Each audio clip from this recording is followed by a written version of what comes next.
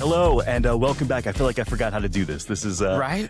We skipped 1 week, and now we don't know how to do our job. I'm glad we're all healthy. I'm glad we're okay. Healthy-ish. Yeah. Okay-ish. Okay-ish, yeah. I get that. Brian. Yeah. Can we break the news? Let's break the news. All right. I got engaged. Let's go!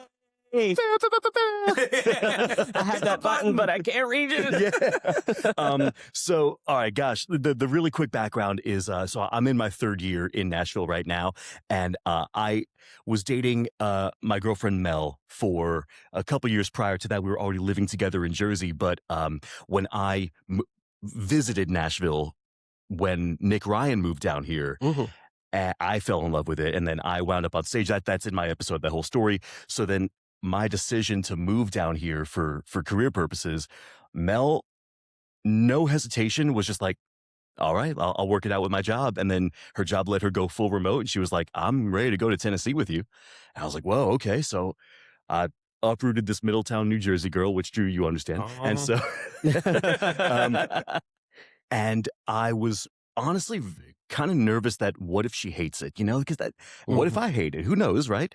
Well, we made a ton of friends down here, and this is absolutely our home. And so, yeah. That's amazing. We settled on forever for it. So, yeah. So to summarize, you were like, hey, I want to do this crazy thing. And she was like, cool. And you were like, fuck, I got to buy a ring. Well, it's similar. It was like, I want to do this crazy thing. She was like, all right. And I was like, I wasn't ready for that one. Okay. All right. So all right, sure. You're supposed to tell me no when I say crazy things. Turns out it wasn't so crazy. You fit in wonderfully. Yeah. Cool. Excellent. Thank you. Thank you for that moment. I'm happy to share the news. Yeah. I'm ecstatic. Thank you. Let's go. Drew Mechler. What up, dude? So because it's you, we're going to do this we're going to speak in odd time signatures. Oh, yes. Yeah. So we're going to speak in a measure of 9, then we're going to do a 13, 16 measure. Yes. And then, so that's how we'll do it. Good. Side note, I have a quick complaint that I'm super like Barracuda. I had to have a conversation with a bass player that there are odd measures in there. And he was like, no, there's not. See, look, I counted it. And I was like, no, you didn't. Dude, there are definitely some 5s, dude, couple 3s. Everything's in 4/4 if you don't count it like a nerd. Here's the problem. I'm a nerd. Right? Yeah. Yeah, but they're in there. I promise. But how does a bass player miss that? I mean, like, I guess you get to a point where you're like, oh, maybe, maybe it is all. We'll go with he transcended time signature. I like that. Yeah. Okay. That's not what happened, but I like that as a response. You know what, dude, I believe some people transcend time signatures. Sometimes. Yeah. I transcend my general knowledge of music all the time when I'm like, oh, shit, that sounded great. I have no idea what I did. Oh, say it. Never be able to do that again. Oh, dude, I can't tell you the amount of times I've done that. Like, limitless times I've done that. Yeah. It's amazing when it works. It's terrible when it doesn't. Oh yeah. Oh yeah. I have nearly derailed many times on Broadway gigs. Yeah. So I'm already off to a great start. Right. Hey, don't listen to anything I say from here on out. We all actually suck at our job. We just suck less than other people, so we get hired. Exactly. Yeah, dude. That is how I live my life. I suck a little bit less than that. There are 5 musicians on the planet that don't suck. Yes. Probably. I would agree. Yeah. The problem is, like, there's no mental, like, positive returns, because the better you get, the more you realize you suck. Yes. Because at a certain point, you're like, okay, like, I'm good enough to play a 4-hour Broadway gig. I can get myself through that. But then I go to, like, Inglewood Lounge, and I watch the people there. I'm like, what am I doing wrong? Because you guys are all insane. Like, I've never in my life felt so like, it's not even like I suck, like, just to spin it more positively. I'm just like, this is the coolest thing I've ever seen. I don't know if anyone knows about the Inglewood Lounge, like the jams they do on every Sunday. I've heard of it, but I've never experienced I was able to sneak away to one, like, in between gigs on Sunday, like, one time. And I walk in, and there's these dudes just holding it down. Everyone, it's all improv. And all of a sudden, freaking, oh my God, what's his name? Oh my Lord. Peter, the guy from, plays with, oh my God, what the hell is his name? The guy from, Wolfpack.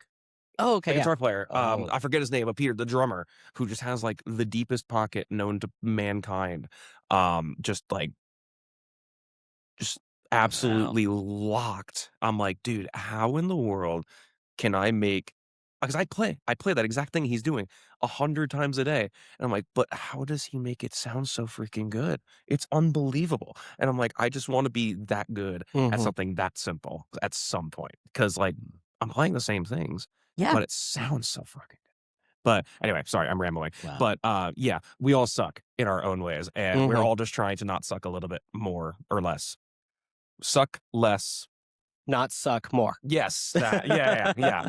So that's all I'm trying to do every day. What is the jam? It's Sunday, and they do it every Sunday. Yeah, I think it's every Sunday. I want to say it starts at 9. I've only gone one time, but I follow them very closely on Instagram because Matt Garska will show up every once in a while. my And gosh. then like, yeah, just you know, if you want to feel like you're even more insignificant than what you do, Yeah. just go watch him, and you'll want to quit everything. But yes, no, I think it's every Sunday at 9, and if I'm not mistaken, you can just go and like put your name on a list, and if you're lucky, they'll call you up and you can jam with the guys in the band because that But band is why would we ridiculous. want to? No, it's like, dude, I just want to watch. I put my name on the list, but I never got called up, which is totally fine. Like, I'm like, dude, like, if you call me up, great. If not, I am good to just hang here and observe. I would be nervous. I'd be like, I don't want to Yeah. make anybody mad at me. Yeah, dude. I mean, like, I can improv my ass off if I want to, but I'm like, dude, you guys are all like crazy musicians. I'm so. good to take an education. Yeah, right now, would I just love sit to down. at some point? Sure, but I'm like, dude, I'm cool to just sit back and just take this all in because That's insane. awesome. And yeah, Inglewood Lounge, 9 p.m. Every Sunday, I'm pretty sure. So I've only gone once, but it's fantastic. So You might have to hit that up. yeah, it's really cool. I need to do more of the jam thing. I need to really like. That's a great way to meet people, especially outside of the Broadway realm, Mhm. and like 100%. so many. There are so many opportunities out there Oh yeah. that like I'm not even remotely privy to because I'm kind of head in the sand in the Broadway thing, Mhm. and like I don't want to be that guy. I Yeah. want to have more options, more both stylistically, creatively. I mean, look, I love George Strait as much as anybody else, probably, Yeah. sure. But there's only so many times that you get something out of playing Check Yes or No Oh yeah. before it's just like, oh, we're doing this one. Yeah. Like okay. You know, he has other songs, Yeah. like a couple, I think. I've Yeah. heard some deep cuts, maybe. Yeah. Just anything else. Literally anything else. How do you guys keep songs interesting for yourselves then in that case? Don't ask me this question, Bobby. Actually, Drew, you don't have to answer because I know. I was like, Ryan, it was a little bit too well. Yeah. All right, blast beats over everything. The simple answer is I get fired. Yes. No, yeah, literally, yeah. Like if I get bored, I start playing with the drums and not playing music. Mhm. So It's an easy okay. trap to fall into. I mean, dude, I'm guilty as anybody with this too. I mean, like obviously, as you know, Brian, I'm sure you know too, Bobby. Like I played with Monty and the Monsters for a while. Yeah. We are all a incredible. bunch of nerds. Thank you, but we are all a bunch of music nerds, and that is the one situation where I feel like it was like, okay, it's okay if we go a little insane here because we're all insane. Mhm. And because we're all insane, especially me and Andy on guitar, like we share a brain somehow. And I will try and throw like some weird double kick pattern in like a pop song, but Mhm. like we're all doing it. So like it actually works, like, which is so rare. And I'm like, if I tried this on just about any other gig, I am out the door the next day. And Right. I know that. I am fully cognizant of that. And the only time I ever did anything else like that is when I filled in for Ethan at Will Beeman's gig, like one time, like way back Wow. when, or like, and I've done a couple. And times, as he has proven, you can't get fired from that No. gig. dude, the amount that I have showed people those videos, and they're like, "Wait, you know that guy?" I'm like, "Yeah, dude. Like, he's a homie." I was, Right? like Ethan is legitimately famous in the drumming world, which is Yeah. so cool. Like, great. yeah, and because he has an SPDX pad with a bunch of goofy sounds, and that's And I would so fun. absolutely do that. And Are you that's the kidding reason me? I don't have one, No, is dude. because I want to keep my job. Thank you. Yes, because I literally told, because we were talking about that with the Monsters before we lost the gigs, which I'm sure we'll get into in a little bit. Like I was about to buy an SPDX pad and start doing things. I'm like, dude, like if I have this, I'm gonna bring it everywhere, and I'm gonna be a nuisance everywhere. Because and proudly. Yeah, I'm not saying to be a bad thing, but like now that I'm with Vicky, dude, like it'd get even worse. It would definitely be one of those where when I got the phone call the next morning, it's like, hey man, we're gonna go a different direction. I would be like, yeah, I know. Yeah, oh, yeah, no, I know. Totally get it. You're right. Oh, dude, the second I start playing like all the cartoon noises over like I don't know, freaking country girl shaking for me, literally anything. Oh god. I was in Memphis over the weekend, and we were playing Hell on Heels, and we just did a big jam section at the end. Yeah. And bass player started doing the Bowser Castle Mario theme. Oh my god. So we're playing Hell on Heels, and all of a sudden, da da da da da da da da da da. And of course, you and I would be like, like if I had like every part of me wanted to go. Just have it ready to go, like even if it's just one pad, just so I know. Yeah. So no, video game sounds definitely would be. Oh yeah, are you kidding me? Someone requests money instead of paying for it. Get over here. Right. Nail a request you've never. Flawless victory. Oh, dude, hit the Final Fantasy victory music. Yeah. That's hilarious. Or somebody requests like something super complicated. Oh my god! Like, dude, that would be the pull me under request button. Yes. Yeah. No joke. We have been requested and played many times Dream Theater with Monty before. That was bananas. Give me a sec. You played. Wait. I'm such a huge Dream Theater fan, and I think I'm like, don't start with me, Brian. if I brought my water bottle, I have a Dream Theater sticker. Oh, I know. I saw the sticker in the video. I was like, oh my god, it's next to Gyarados. Yeah. Oh, dude. Oh, yeah. I'm also a huge Pokemon nerd, but we're not gonna get into that now. But I know you played Pull Me Under. Was it 6 o'clock also, or no? Maybe not. No, but I definitely threw that fill in somewhere. Okay, sure. 100% throw that in somewhere. Oh man, that's great. And what leniency was there, like playing with Monty? First off, this is probably before my time, but what venue downtown was it? Yes, so we played that. I mean, we played that at JBJ's for the first time, I'm pretty sure. Okay. But then we played it at Whiskey Row a handful of times too. Sure, okay. And I'm talking like that's if it is really dead and it's 2:20 in the morning and we need to kill 10 minutes with one song, or some guy comes up and requests it, which it has happened a couple times, where someone sees it on the set list and they threw us $100. They're like, hey, we know this is a lot, but like just at some point, can you please do this? Because we can't believe we're looking at this on your list of songs right now, which has happened multiple times. People come up to like, by Dream Theater? I'm like, yeah. Wow. And again, I am eternally grateful and cognizant of the fact that I was so lucky to be in a band where we can do that kind of thing. Like just the perfect group of musicians at the right time. 4 years, was it 4.5 years ago now? Yeah. Okay. Oh my, I'm getting old. But yeah. I turned 28 last month. And I know. But like I'm always the baby in every band I'm in. So my fiance, I love her so much, and she keeps me in my place because she will make "you're close to 30" jokes all the time because she's 25, and I was like, hey man, you're halfway there now. You're not gonna have this much fun anymore making these jokes.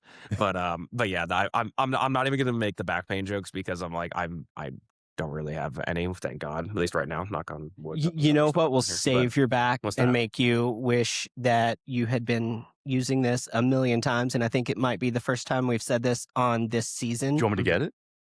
I want you to say it. The Motion Pro Drum Throne is an incredible boutique drum throne that it was designed by a chiropractor. And initially I'm like, okay, that's interesting. Yeah. It's got springs. Bobby, help. Okay. So tagging you in. The Spinal G design. It's got that.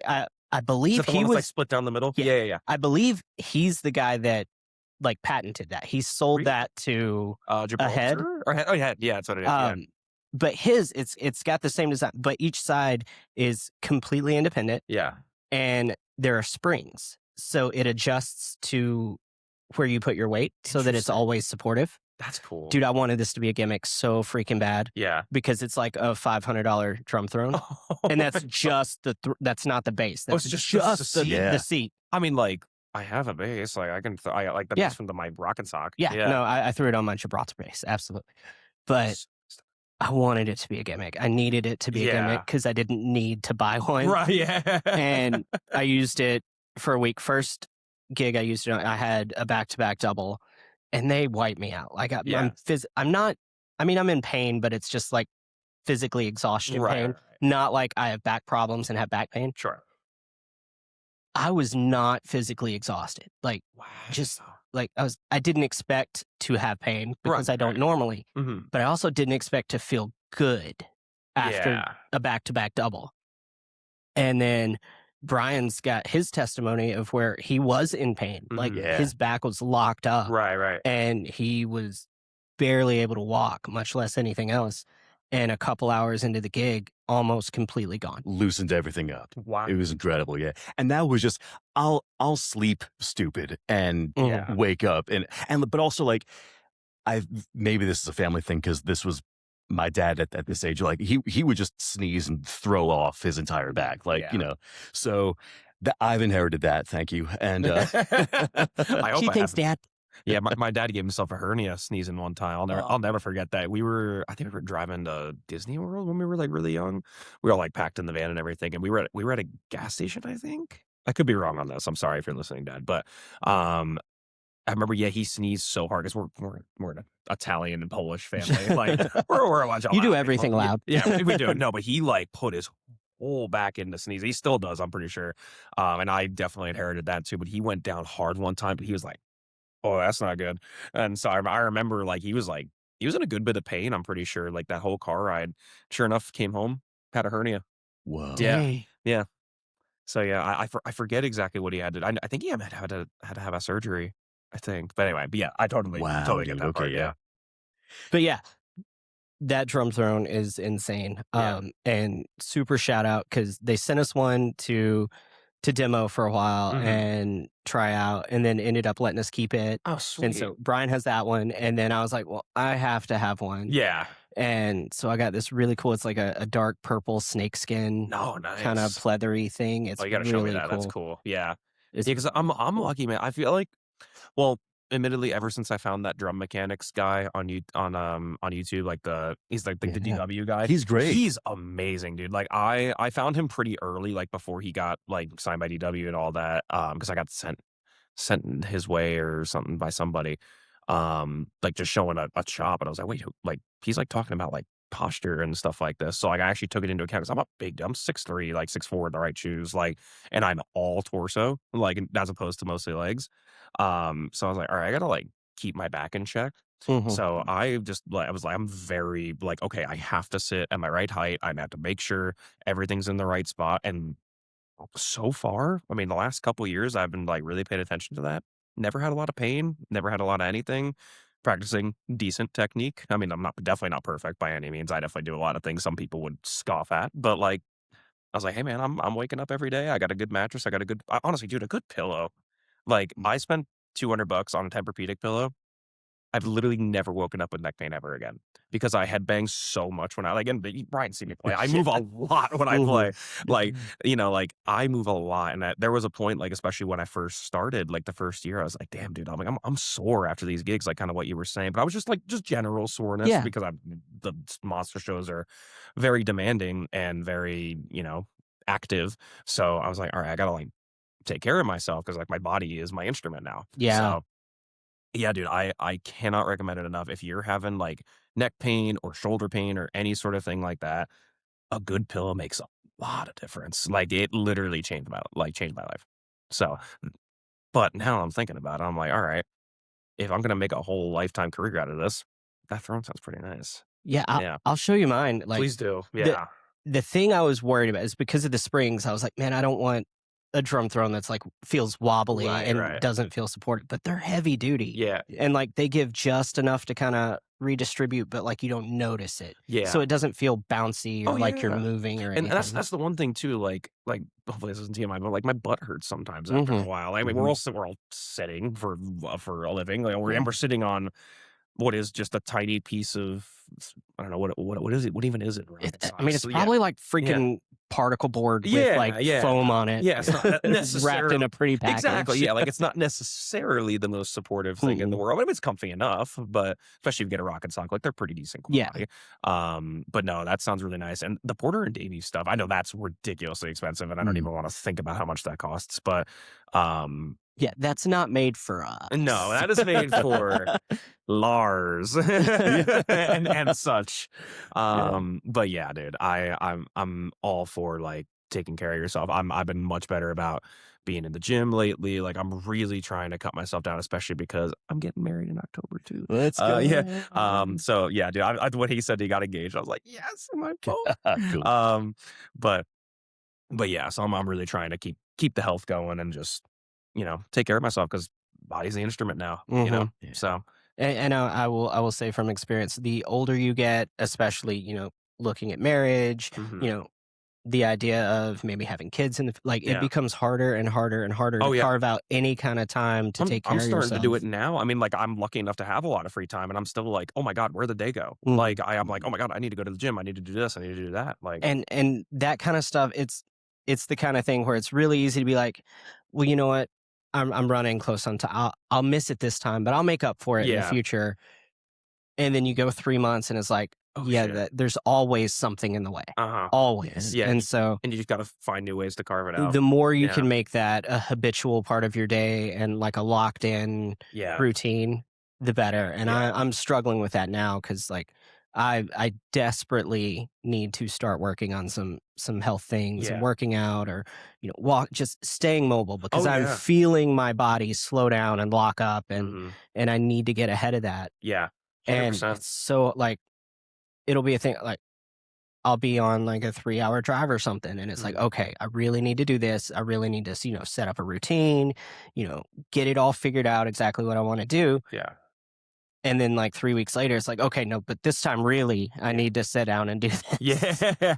No, dude, I get it, and I know this sounds really silly, especially for anyone who goes to the gym, like, regularly, like, but they say the whole thing is, like, if you can do it consistently for 2 weeks, like, even if it's just, like, 4 days a week, for the first time in my life, I got to the gym 4 times a week for 2 weeks in a row, and I was like, "Oh my god, I get it now." And now granted, I've been Mhm. very busy, like, the last, like, few weeks, and it's been really tough to actually keep up with it because of shows outside of Broadway and on Yeah. Broadway and life in general and wedding planning, etc. But yeah, like I finally did that. I was like, I actually did it. Like finally, after 28 years of existing, I finally did it. And it felt really good. And I was like, all right, now I can't stop. Like it's now Mhm. now then it would be for nothing. So Yeah. And it is one of those things too that when you stop, you start over. and Like you start that, and that, starting over is that couple of fun. weeks is Yeah. just as hard as it ever Oh yeah. was. And I am now at a point where I'm like, I tried to start many, many, many times, and I know I like not to get too mental or dark or anything, but I'm like, I let myself down and I don't want to do that again. Mhm. Like, so I just really want to like keep pushing, like, if not for me now, like just for my future self and Yeah. like whatever my next 10 years looks like or whatever. My Yeah. best friend in college, he used to make me mad because we'd have some like time or something and we could like play video games or Yeah. whatever before the next class, and he'd want to work on homework, and he would Yeah. always tell me, "Man, I'm trying to do the thing that future me would have been happy I did. Right. I don't want to make me mad at me." Yeah. Yeah.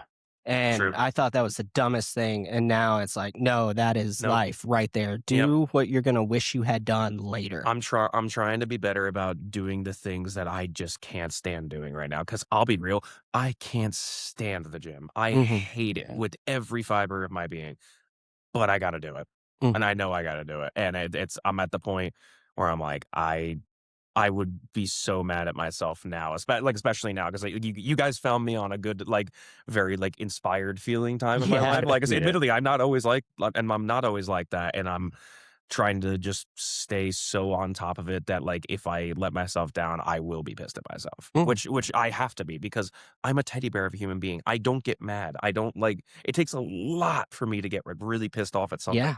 But I will be so unbelievably fucking pissed at myself if I let myself down again. Because I've tried so many times to keep that on track and I need to. I have to. And that's the thing, like, you can. Oh, yeah, I fully And so can. if you don't, that's all the more insult. Oh, Like, yeah, and, like, I'm still younger. I'm like, I still have so much time, and, like, so much time is so relative because I feel like mhm. it goes by like that. It does. I blinked and I was 28. I was like, "What just happened?" And it Yeah. keeps getting faster. I know. Uh, Yeah. this job and lifestyle, it's not really conducive to routines always. No, No. not at all. Yeah, Yeah. this month and September of this year, they're going to look very different for me. So it's like, how do you, both of you, how do you stick to routines, especially when it comes to gym, health, personal care? And just quickly, dude, I hate the gym. Mhm. I hate it. Yeah. I will get a full body workout downtown Yeah. with all my shit, with all my gear, Yeah. playing for 4, 8, 12 Yeah. hours, whatever, and then like that's good physical activity that I know I'm getting consistently. Mhm. The only time I was consistent at the gym and I really got into it for like a second was February 2020. Okay. Damn it. And that you couldn't Damn go it, to the damn gym it, damn it, damn it. anymore. Yeah. Yeah. I had a solid month there. Yeah. Yeah. I got this. Nope. Yeah. It's gone. Yeah. Forever. Yeah. Yep. So, But no, I don't hate the gym. I hate people at the gym. okay. I feel very insecure around people in any capacity in general. Mhm. I don't want to look like the idiot or feel dumb or Yeah. inadequate or like all of these feelings really hold me back from a lot of things. Sure. Oh, dude, I get that. Yeah, like the only place I really truly feel insecure is the gym. Like 100%. Yeah. And because I mean, I'll get up on stage and throw my sticks around like a lunatic. Oh, yeah. And like and I'm home there. Like that is I am safe back here. Like I'm That's cool my back bubble. here. Yeah. Until some middle-aged person decides to either grab my equipment or anything through the window, and then it's on. Mhm. Yeah, that's a whole different story. That happened last night, and that happened a couple weeks ago too. And I have to resist the urge to just turn around, because I'm in the middle of playing, and I'm like, I Yeah. don't want to mess the band up, and I'm like, I wanted to like, Yeah. would you? How would it look if I did that to you? Like, you wouldn't like that. Oh, Yeah. I have that thought. The number of times some middle-aged woman has grabbed my ass through a window. Oh my God. It's yeah. like, if I did that to a woman, you would crucify me. Yeah. So why are you doing it to me? Why is this okay? Yeah, Is it exactly. like Yeah. blows my mind? Dude, don't get me started on the Mhm. shit that I have seen Vicky and Monty and whoever Yeah. else I've played with has had to deal with from people, because I'll get mad. But anyway, sorry, Brian, to answer your No, question. sure, it's all right, yeah. No, so sticking with routine is so freaking difficult for me, especially because I think this is a safe space. We're all Yeah. pretty ADHD people, right? Yeah, yeah. Oh, Like, yeah. dude, I will wake up with the plan of like, all right, I'm going to go to the gym. I'm going to eat breakfast. I'm going to do this. I'm going to do that. And then all of a sudden it's 5 o'clock. Mm. And I'm like, what just happened to my day? And it's not even that I'm doing anything unproductive. I'll go practice. Like, I'm finally on a really good practice routine again, which I haven't been on in a while, which I know sounds crazy for a musician, but like What is that word you said? practice. Prac? Yeah. I'm not familiar with that. Like, and I'm talking like actual, like, okay, I'm going to practice double kick for 15 minutes, and then I'm going to practice metronome modulation stuff, like stuff that like I'm probably never going to do on Broadway, but like I'm like, okay, now I'm going to spend an hour like learning songs I don't know for typically country stuff, because country's not Mhm. typically my bag. It's become more of my bag lately, which I'm very happy about, because it's got me a lot of work recently, especially in slow Yeah. season. Nice. But yeah, like I'll get really lost in that, and I'll just be like, all right, I'm gonna spend an hour and 30 minutes on that, and then it's 3 hours later. Mhm. And I'm like, what the hell just happened? And I mean, like, yeah, like I'll fall into the trap of playing video games during the day. I try not to, because like I try to keep that for nighttime only. 'Cause Yeah. I try to like make my days very productive.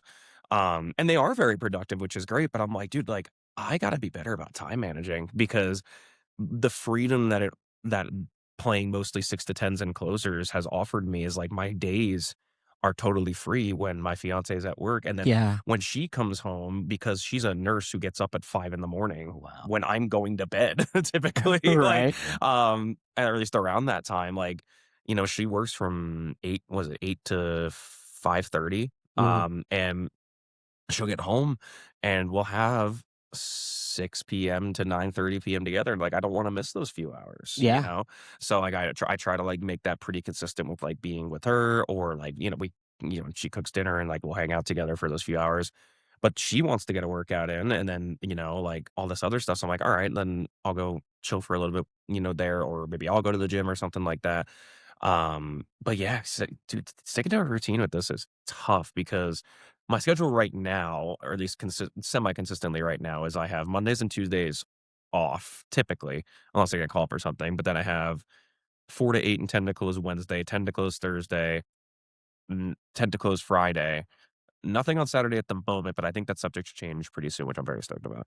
And then Sunday 6 to 10. So like there's something in there all the time. Yeah. So and it always throws a wrench in things. And like her weekend is my work week, basically. Yeah. So and I want to make sure I find the time in there. Like we can go run our errands and do all this other stuff too. So yeah, I mean the days just fly by. I think that's the trick, is understanding that it doesn't matter what you plan or how you work. You don't get everything done. No, you don't. So you just have to say, all right, well, this is what I'm doing right now. And you gotta, I think I just solved my own problem. I just gotta do little things every day. Yeah. Just do like little things every day, especially the things that you don't want to do. Like I'm very excited to I've started building out like a very heavy air quotes studio in my house, which is just our guest room. Thanks, Kelsey, for letting me do that. Because like I put some money towards a desk and a good monitor, and I finally got a new laptop. I was running a 2015 MacBook Pro. That was holding on by a thread. You were walking in 2015. Yes. There was no running there. Yeah. But yeah, like I have my awesome Pearl kit now, and I put some foam up. I'm going to get some panels on the back wall over there, and I just bought my first drum mics, and I'm so stoked. But yeah, so like that's my next project. Like once this week is done, because I'm doing an album session this week, and I'm very stoked about that too.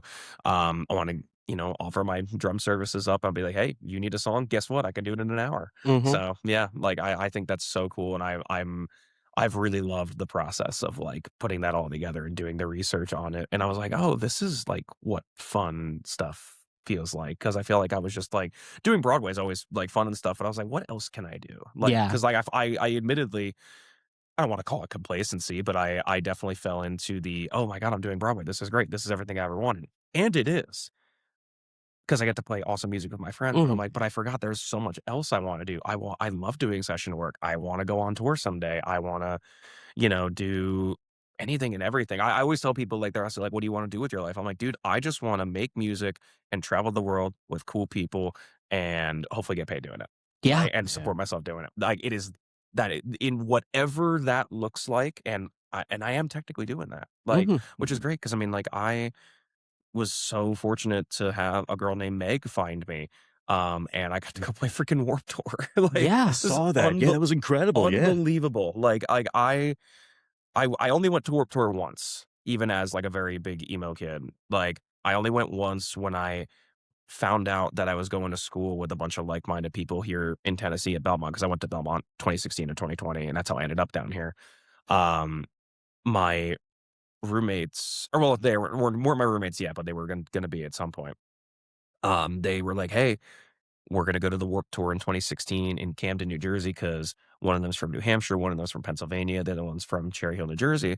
So they're like, hey, we're all going to meet up at Warped Tour. Like, you want to come with us? I'm like, absolutely. That sounds great. And I'd never met these guys before. And that day, I can confidently say, like, that Warped Tour day, like, was where I was like, okay, yeah, this is exactly what I want to do. So, like, doing that 9 years after that day is pretty freaking cool. Absolutely. Like that was pretty freaking cool. It wasn't exactly 9 years to the day, but it was pretty darn close. But yeah, it was just so wild. Like going out to California and just living with her. Basically, I was living in her mom's house like for the week. But I'm like, dude, I'd never like spent that much time in LA before. So like, I was like, I'm gonna ingratiate myself here. I rented a convertible Mustang on Turo and just lived the life for a week. Oh my God, that's awesome, dude! Because I was like, dude, this is a whole different world. I was like, I'm by myself. I don't have anyone here. Like, my best friend from high school lives out there, but he's working. Like he works out in Hollywood. So, I didn't want to like just be breathing down his neck the whole time. I was like, I'm Right. gonna go explore on my own, dude. The stuff I stumbled across out there was so cool. And then Warp Tour itself, I can go on forever, but I'll keep it as short as this. Being in the same room as people, not only that I look up to, but like people who are kind of in the same situation we are, where like they're smaller bands and there's people like I ran into some Nashville people. I'm like, wait, you play Broadway? Like, where the hell did you come from? Like, how have I never met you before? Like, Right. like it's just one big communal thing. So I'm like, dude, like I need to play festivals again. Like that was the most fun I've ever had. Like just being side stage, not only for some of my favorite bands, like also just seeing Dango. You guys know Dango? Like plays at Hawthorne Heights. Oh my god, yeah. Yeah. And I was like, dude, like I saw you playing Kid Rock's Maine 2 weeks ago. What the hell are you doing playing the big stage on freaking Warped Tour? I forgot Right. he played for them. Like, it's like I was like, just the small stuff like that. I'm like, dude, like I can get there. Like I know I can get there. It's not because it's two different worlds that are just like eternally connected. Oh yeah. But it's like so cool. Like when I think about myself as a player, Yeah. like I'm mediocre at best on my best day. And it is an absolute privilege that I get to play anywhere consistently. Yeah, dude, seriously. And then I walk in and the guy playing with the band before me plays some of the biggest arenas on the planet. Yeah. And with the biggest country artists in the world. Yeah. I mean, literally like walking in and waving to the drummer. Yeah. Playing, the opening shift. Yeah. And then being like, yeah, that's Luke Combs' drummer or, whoever. And it's like, they're literally us. Yeah. We're the same people. Yeah. And I have no right to be in the same room with them. Dude. And then, like, we hang out after. Yeah. And it's like, why do I get to do this? No, I'm not cool enough to do this. I know I said this earlier, but like, dude, imposter syndrome is something I struggle with so hard because especially at awards, like as fun as it was, I was like, holy hell, how am I in this room? I literally like, I'll never forget it. And you guys know the Downbeat podcast too with Craig Reynolds? Yeah. I know of them. Yeah, I'm wearing the hoodie. Nice. But we got to get merch. I'm tired of seeing people with other podcast merch. No, dude, Craig is like probably the human being I look up to the most that's not like in my circle of people, just because like he doesn't give a fuck and will say what he wants to say because 9 times out of 10 he's right. Actually, I think I'd say 10 times out of 10 he's right because he knows what he's fucking talking about. Happens to be a great drummer, is great at inspiring people to just do what they want to do. And just he literally started the podcast because he's like, dude, I just want to talk drums with my friends. And it turned into this huge brand where he's like, oh my God, people care what I have to say.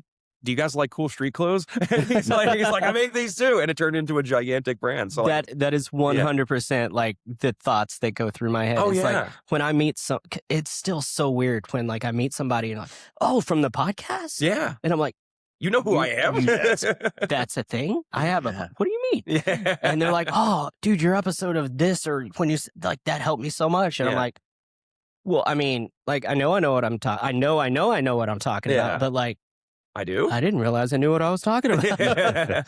but not to ramble too much about him in particular, but yeah, he's like, when I ran into him at Warped, I was like, okay, I'm pretty good at talking to people that I don't know, like famous or not. I was like, all right, I gotta play it cool with this one. Like I am like, cause he lives in Nashville too.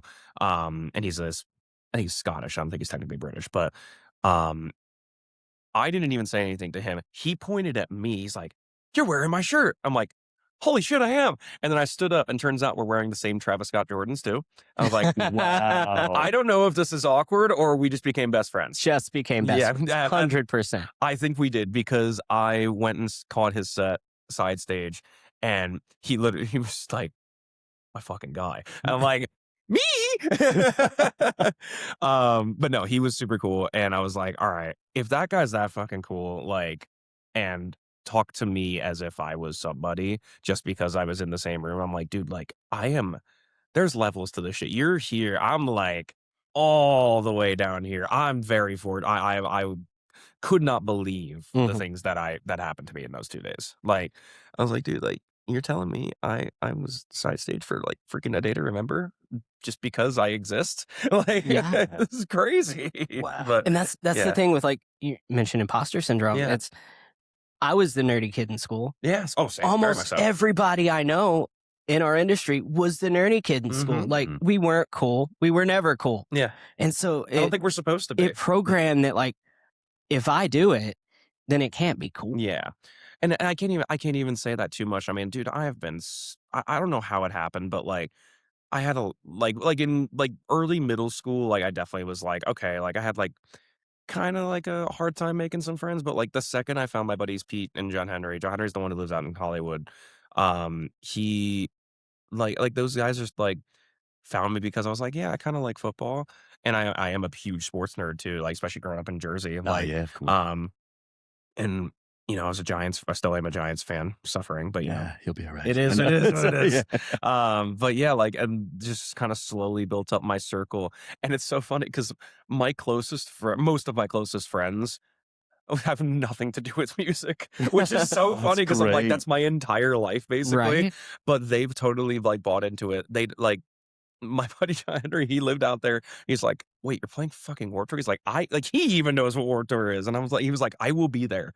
And he was like, "That's the cool." Like, he's like, "You've done some cool shit. That's by far the coolest thing you've ever done." I'm like, "Yeah, you're right, dude. I don't know how I got here either." But yeah, like I'm very lucky because not only do I have an incredible community down here of friends and I'll call them coworkers, I guess, but fellow musicians, obviously, is what I mean. Um, but yeah, like, just insane.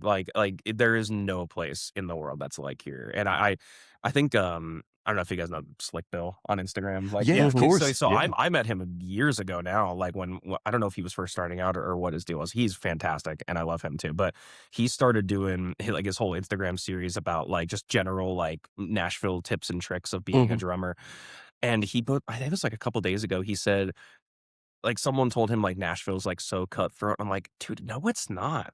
It Like, is such a it is community. so Yeah. community driven. I'm like, "Dude, I wouldn't be even remotely where I was if I hadn't played a Rush tribute show in 2020." Actually, we're in February 2020, right before COVID. Mhm. Like, there was a Rush tribute night that Logan Hatcher was putting on, and I'm a humongous Rush fan. And, Logan had called me to do, like, a few songs. We knew each other because we were, like, in a math rock band together. Shocking, I know. But, yeah, he was like, "Hey, do these 3 songs." I was like, "Hell yeah, awesome."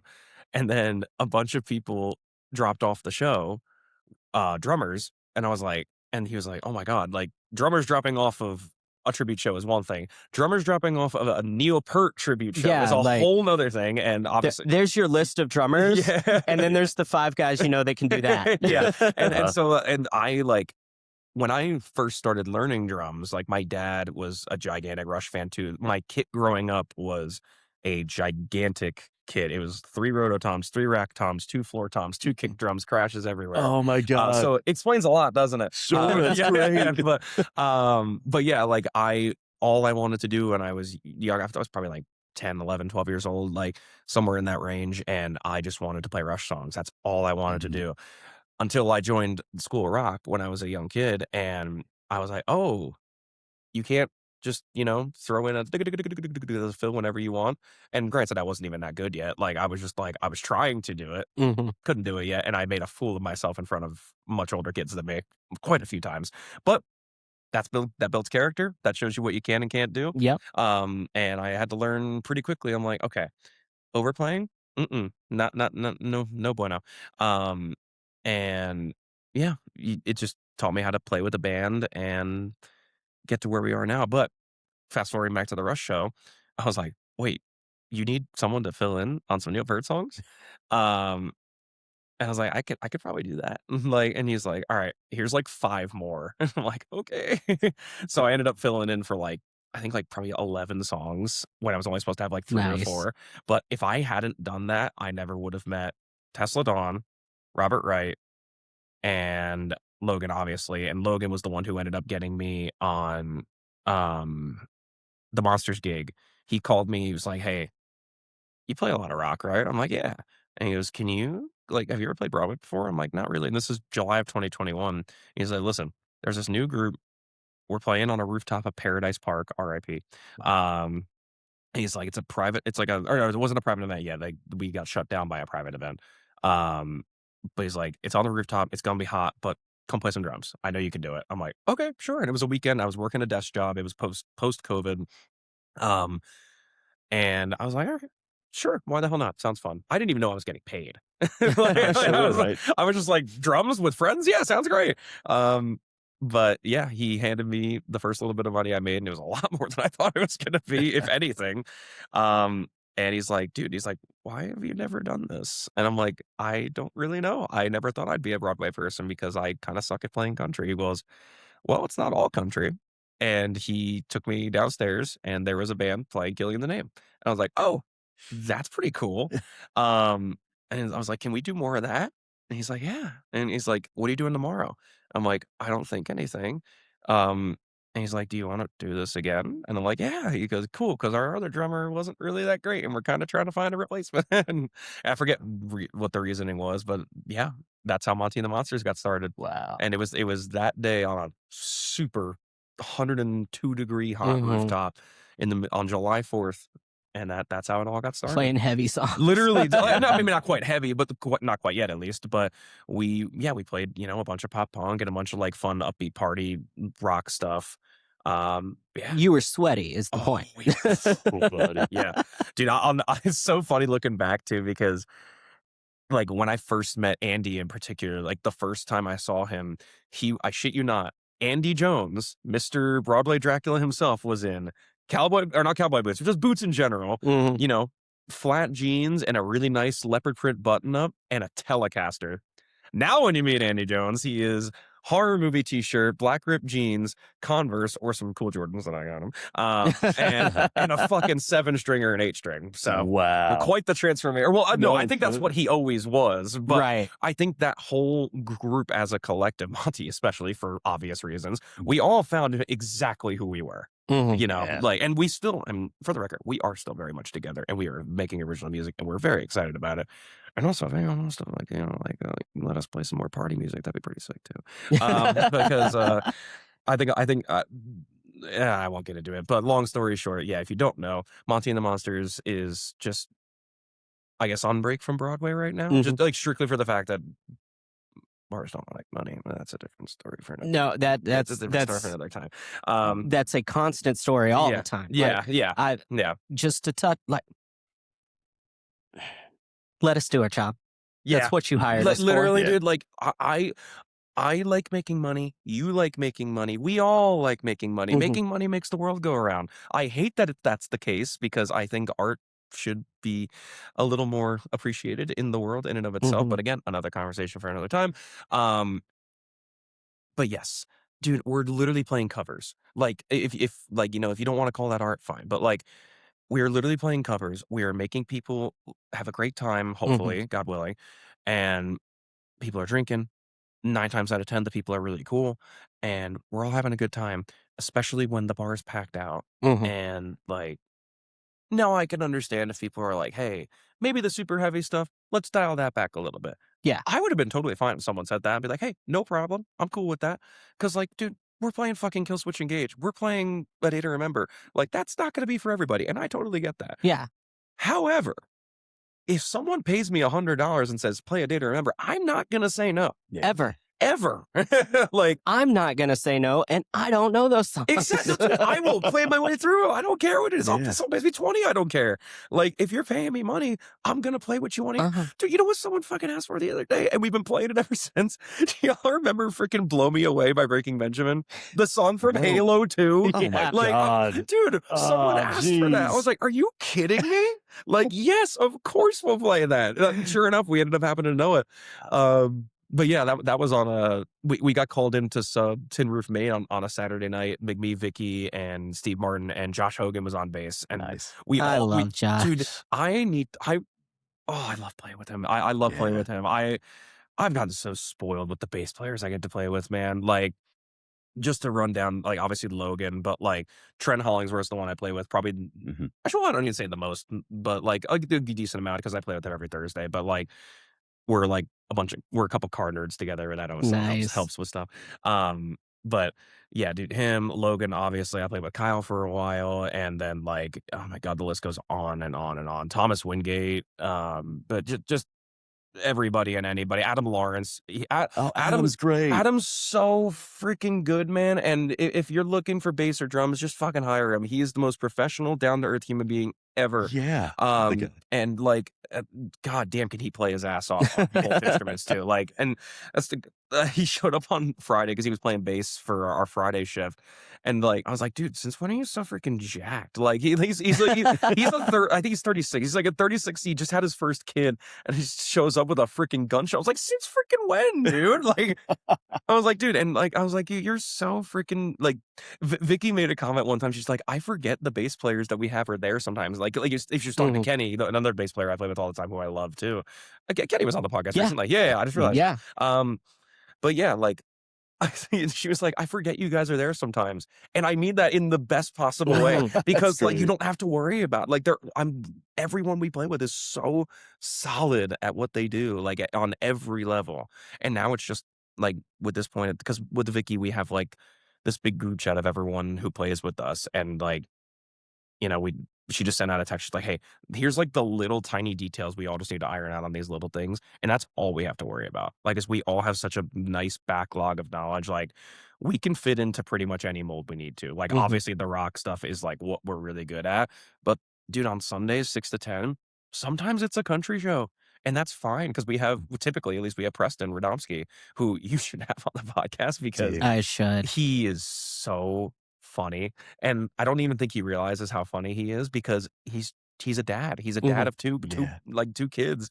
He's like on vacation in Paris with his family, and I'm like, oh yeah, I forgot you're a dad. And, like you're like a dad, like, and like I'm talking like his dad jokes that he lets fly on stage sometimes. I'm like, oh, I love you so much, dude. Preston is a guy who belongs here. He does. Yeah, he was meant to be here for the longest time. Because if you don't know, I think I get this right. I think he was from Canada originally and then moved to California, or the other way around. I think it was Canada. I know he's from Canada. Yeah. I didn't know. Yeah, okay. I think so, at least. But yeah, I think he's from Montreal or Vancouver. I can't remember. One of those two. But turns out he speaks French. Oh, wow. Okay. Yeah, I was like, nice. Okay, cool. I was like, that's why you're in Paris. Got it. Okay. That's cool.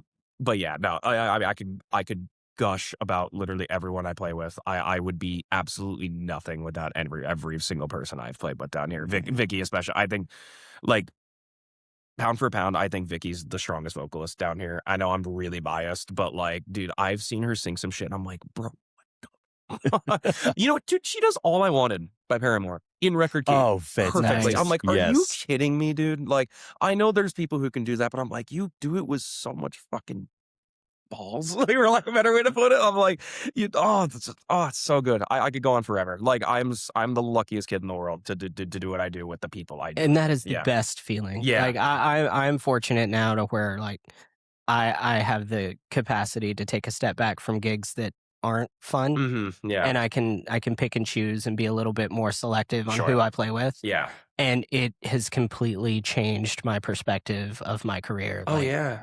Like all of the burnout and the negatives and anxiety and everything that so many of us talk about all the time, like that is almost all wrapped up in who you're on stage with. Oh yeah, 100%. And once you find your people, like it's like you're walking in a field of flowers. Yeah. And everything is just peaceful and perfect. Yeah. And nothing, like, you could totally botch a song and it's fine. Oh, yeah. Oh, dude, I cannot tell you the amount of time. Actually, I'll never forget it. There was one time, I think that was with Kenzie Whittington, and we were playing Kid Rock's Roof one time. And I played with her a lot, like especially when I first started. Someone called White Horse by Chris Stapleton. Now I can play that song, no problem. Mm-hmm. At the time, I'd never heard it in my life. And there's a lot of weird stuff in that song that I didn't know about. Yeah, there's a couple parts. Here's the thing. My brain interpreted that as it's like a doom-ga, like the whole time. Like, kind of like sure. Which, looking back, I'm like, I see why, but no, I totally played it wrong. They didn't even tell me. That's the best part. They didn't even tell me. They were like, honestly, that sounded kind of cool, but that is so wrong. Yeah. I was like, dude, I appreciate that you didn't tell me, because I was like, I got this. I didn't. I did not. I did not. I was so wrong when I went home and listened to it. It's kind of cool. Yeah, Man. but I was like, dude, like if that would have been a certain someone else, another story for another time, I would have gotten chewed out for that. Yeah. Like, I would have been, he would have been like, bro, what the fuck you doing? Like, look, like, do this. And now, granted, I can, like, if someone's throwing me hand signals or like tells me like, hey, like this song's like this instead, no problem, I'll fix it. Like, I Yeah. very much, I believe in constructive criticism. Absolutely. Because I want to get better at every song or little technique or whatever. If I'm doing something wrong, tell me I'm doing something wrong. Don't skip around it. Don't tell me like, Even if it's not wrong and you just want something or different. yeah, exactly. Certainly, Exactly. yeah. Oh yeah. Oh, I can't tell you the amount of times where it's like, hey, I know the song's like this, but play this a little faster or play this a little slower. Because like my inherent observation from people down here is typically they like things faster. Mhm. What really sucks is the fact that I have spent most of my life being told to slow down because I typically play a lot of things fast because I play a lot of fast music. So I had to completely flip-flop back. Wow. And then, of course, there's gigs where people are like, hey, I want this at record tempo. I'm like, okay, I forget what that is. But Now I have to I'm gonna, Google the I have record to like tempo. Google it. Yeah, I'm like, oh shit, okay. And I don't typically play to a metronome, so I'm like, okay, let me just listen to this for like 10 seconds. I'll get a good grasp on it. Yeah. And I'm pretty okay with like being a pretty solid tempo player, but like I'm not perfect. I know I'm not perfect. Like, but yeah, like just I don't know. I forget where I was going with this, but long story short, like the people you play with, yeah, it means everything because like I am nothing without them. I'm pretty sure they feel the same way about all of us. And like, yeah, we were talking earlier about, feeling comfortable on stage. Yeah. And there's nothing that makes me feel worse than if somebody I'm playing with makes me feel uncomfortable in my safe place. Oh, yeah, terrible. Even just like the slightest little hint of like either a bad attitude or like even if I'm like if I know someone's in like a really bad mood or but like they're making it everyone else's problem, which is like that's only happened like one time that I can remember with like a one-off gig. Like, but I was like, dude, like it's not that big a deal. Like, can we just like like they were like losing their mind about like them breaking your guitar string and they like kind of threw a tantrum and I'm like, dude, like there's people here, like what are you doing? Well, And it's not my gig, so I didn't say anything, but I'm like, dude, like it's not that serious. It is easy to get down when you're just having a rough go at it and like the burnout is real and people are working their ass off. And so you have a couple rough shows in a row and it's like you really get down on yourself. And when somebody in a band is like that, it's really easy for everybody else to just be like, dude, I know. Because we can all sympathize and relate. And then before you know it, just everybody hates their life. Exactly. And so I have made it a point, like a hard point, like a decision that regardless how I actually feel, I'm happy. Yeah. Same here. And so as soon as somebody comes in and is like, dude, there's nobody here. We're not making anything. And I'm like, that's fine. Dude, I'm playing to have fun for me. Yes. I'm playing with my We will play together and have fun because this is what we would want to do anyway. Oh, yeah. And so we're going to have a blast. It doesn't matter. Oh, dude. Everything's great. Everything's perfect. This is going to be so fun. Let's try some new stuff. Oh, dude. Let's see if we can really fuck up some songs. You can really utilize that time. Yeah. And I'm super sensitive to the vibe is the thing. And so my heart will still be in it for the music and the drumming, certainly. But like, I'm not spirited anymore. Like, and man, it sucks because like we're talking about this and like that happened once with you, but I've been on stage an embarrassing amount of times with people throwing tantrums. Like it's actually happened an unusual amount of times with me. And thankfully I have a friendly rapport with one person where I had to take them aside and be like, your next one is my last one with you, like that. And so it's been better since, but like that is really, really difficult. How do you preserve the vibe for yourself?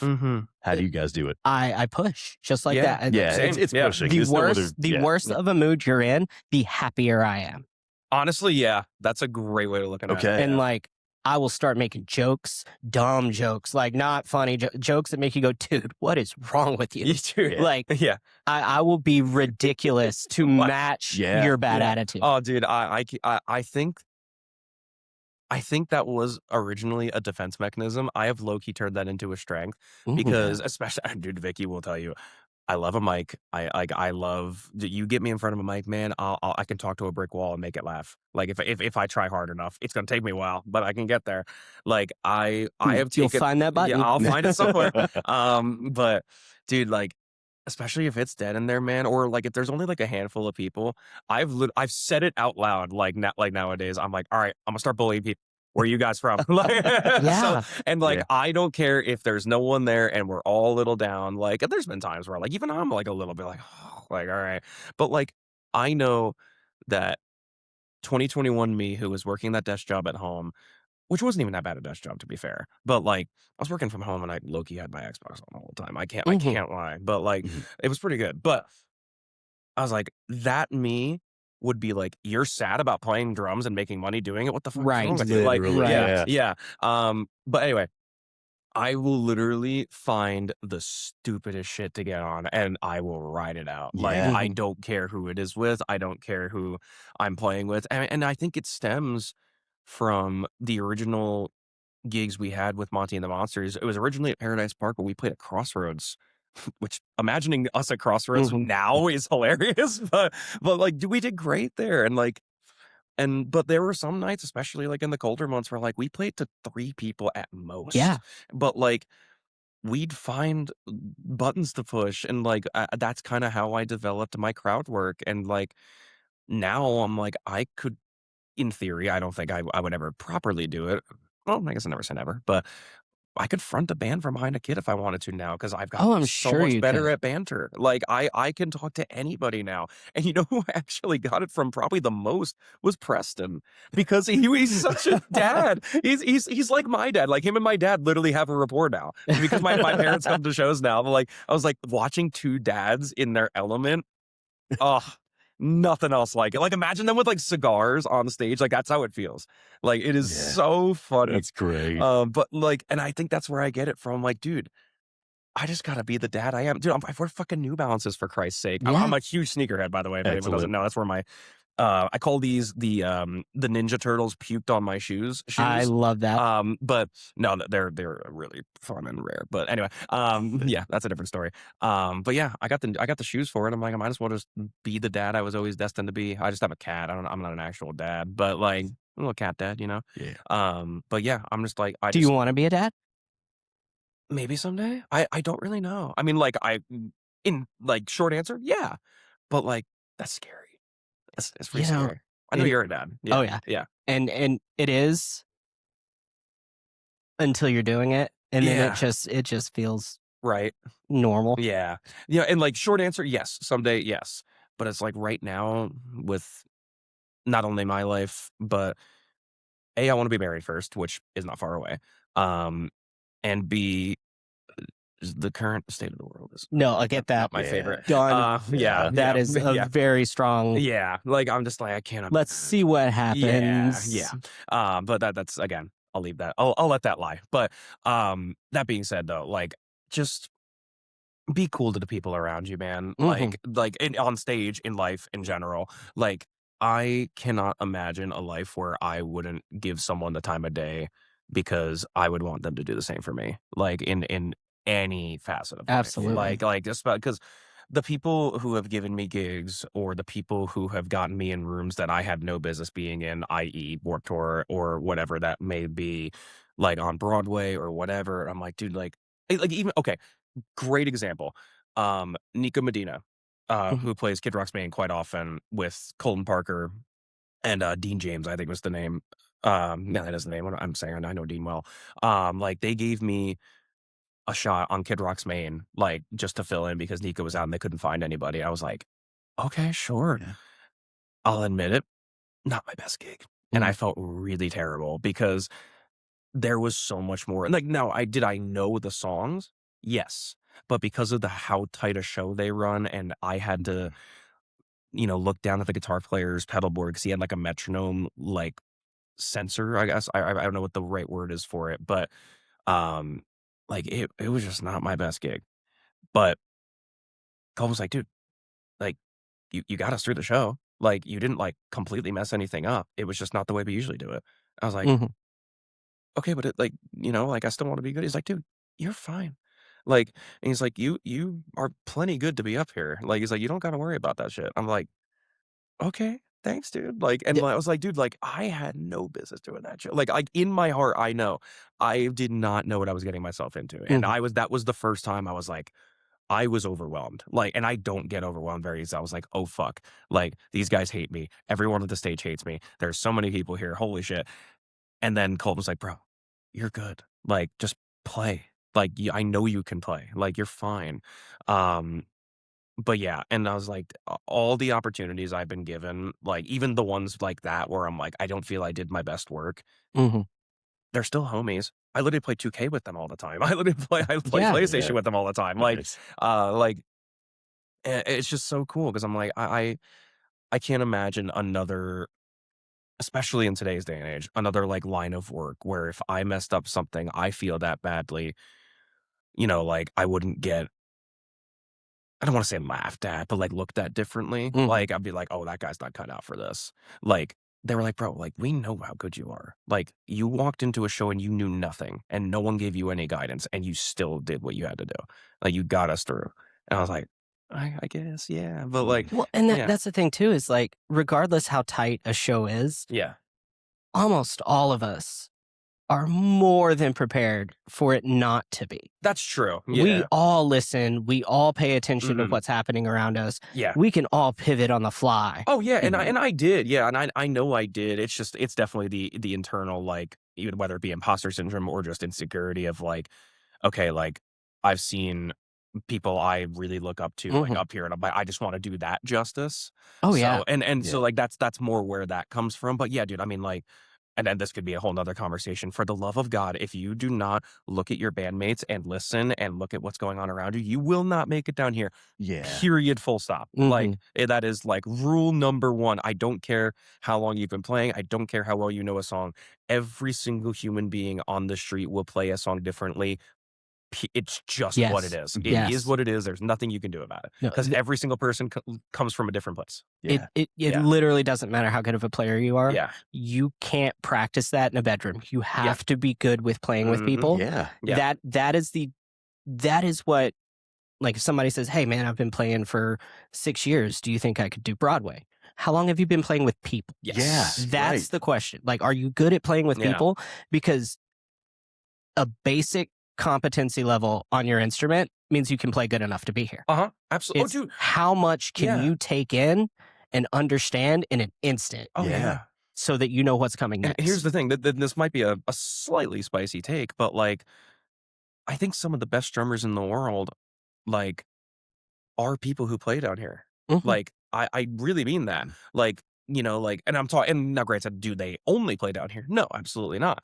But, like, there's guys down here who can I'll use Dango as an example from Mhm. Hawthorne Heights. Like, I'll use him as an example.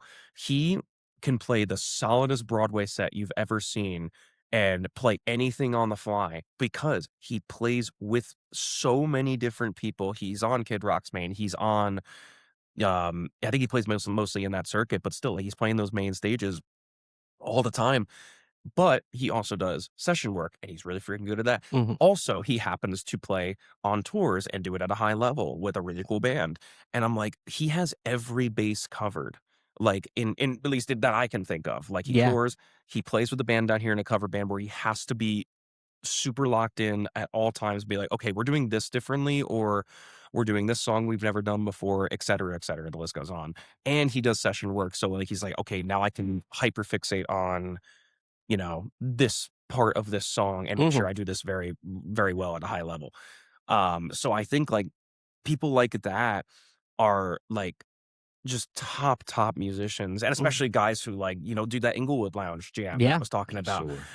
The level of precision and just general like lust for life in terms of music that those guys in particular Mhm. have, especially on the level of improvisation and just like watching each other and being throwing people solos or like anything like that is so cool to watch and is so fascinating, especially for us as musicians, Yeah. but just for other people. Like, I mean, to give you an example, like when I went out to LA for the very first time, with me and actually the 3 best men in my wedding, like my 3 best friends in the world. We all went out to LA, and the one thing I really wanted to do was go to the baked potato that day for my jazz. Yeah. That's Right, all I wanted sure. to it's all I wanted to do. Oh, the legends. Now granted, there's a story behind this, but long story short, it was like the worst day ever. Like the worst day one of a vacation you could possibly have. Multiply it by 10, we had that day. That's And it amazing. includes the baked potato, but that's another story. So Man. just to give you some context of what we're going in with. So it's me, the musician, and as I said, my best friends, well, Chris is a musician too, and he's a very good musician as well. But the other 2, not musicians at all. So like Chris and I were like, all right, yeah, like, let's go in here. Like we were ready for it. And it was this like how do I even describe it? It was an instrumental group, which I was expecting. I was expecting, like a jazz fusion of some kind, but it was like psychedelic bongo, like upright bass, and then a drummer just like definitely high out of his mind. But like it was cool to watch, but like the improvisation that they had in that moment, I was like, yo, this is really cool. And I even asked my other 2 buddies, I'm like, what do you think of that? They're like, dude, like, how do they do that? And I'm like, it's a skill, like Hmm. listening to each other and finding out where you guys are going. I was like, dude, I saw this guy throw up a thumbs down and they hit this insane stacked Oh chord my on the God. I was like, what does that mean, dude? Like, I was like, I know that probably means a flat 7 on Broadway, but I'm like, dude, what in the Yeah. world did you guys just do? And I was like, the fact that they just have that rapport and Mhm. like knowledge of each other as musicians, and I'm sure that comes with a lot of practice and preparation, of course. But like, dude, that's crazy to me that you guys can just do that on the fly. He's going, duh, and then this, and then that one, and then that one. I'm like, oh my God, what's going on? But yeah, it was really wild. But Wow. all that to say, like, even people down here who are not musicians, like in the crowd, like, Mhm. I feel like most people would be like, okay, I know good like bands when I see one, like people who are really locked in with each other. Because I'll never forget it. There was one time where, no, I think this guy was just being an asshole, to be fair. But there was one guy who sent us a Venmo. It was like $1. He's like, "You guys aren't even a real band. Like, play as one or something like that." I was like, "Okay, that guy's just being a dick," and he was being a dick, to be fair. But I started thinking about it. I was like, "Dude, he might be kind of right." Well, number one, because it was a bunch of subs. Number one, so Mhm. we all had never played Mhm. with each other before. And I'm not trying to say that those people are bad musicians. They are not at all.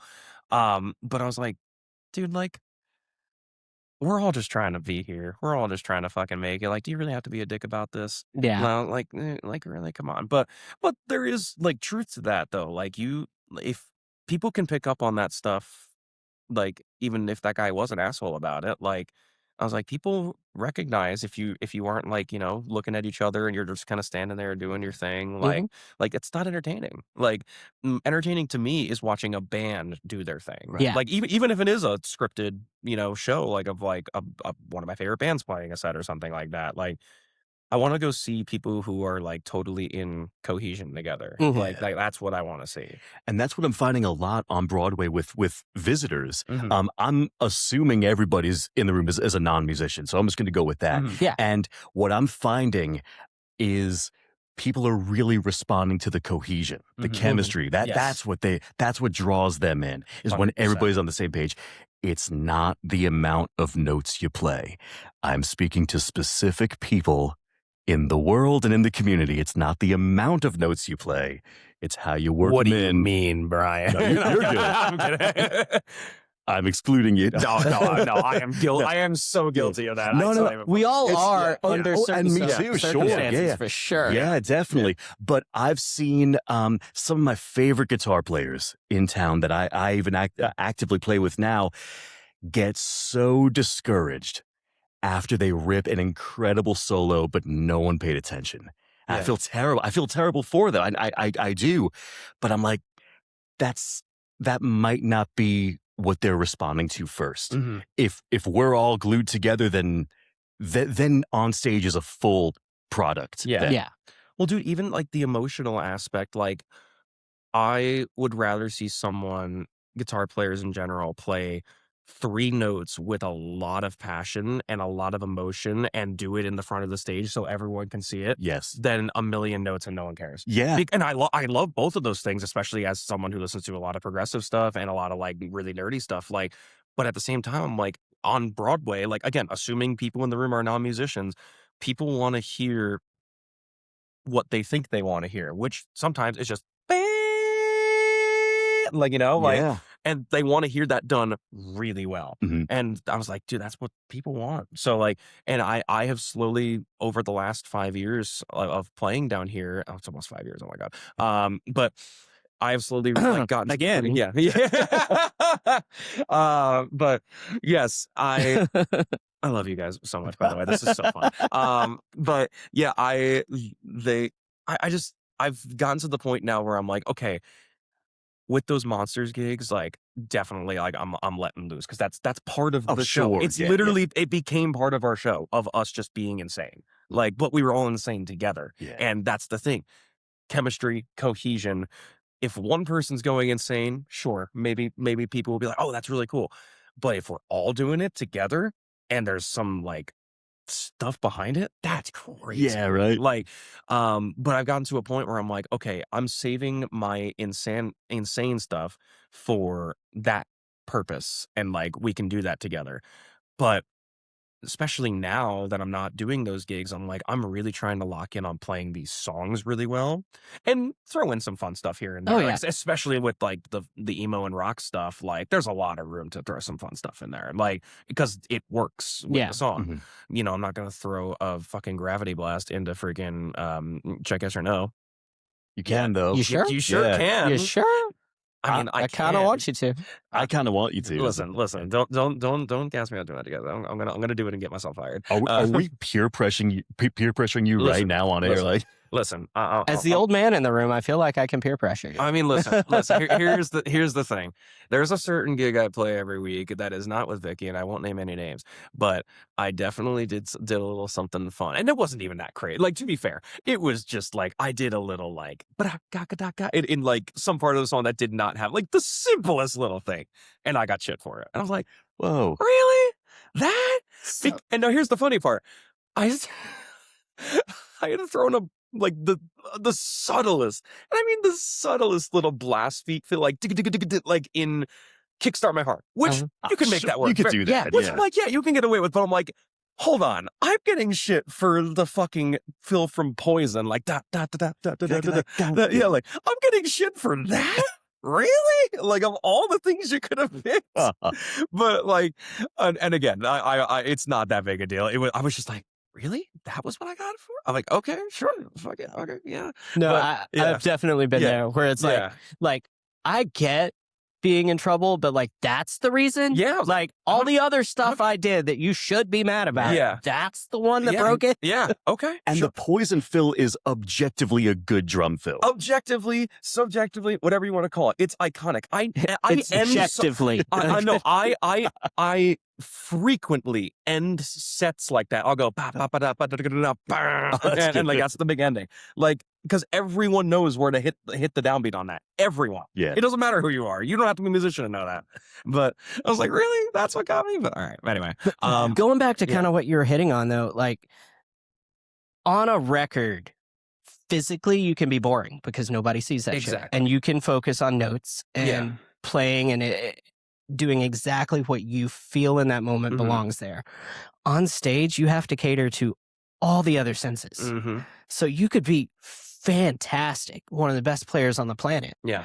But if you don't look like it, it goes over everybody's head. Oh, yeah. They don't understand. Oh, dude, yeah, that's my big problem with like, and again, some of my favorite drummers on the planet. Vinny Colaiuta is a prime example of this. Yeah.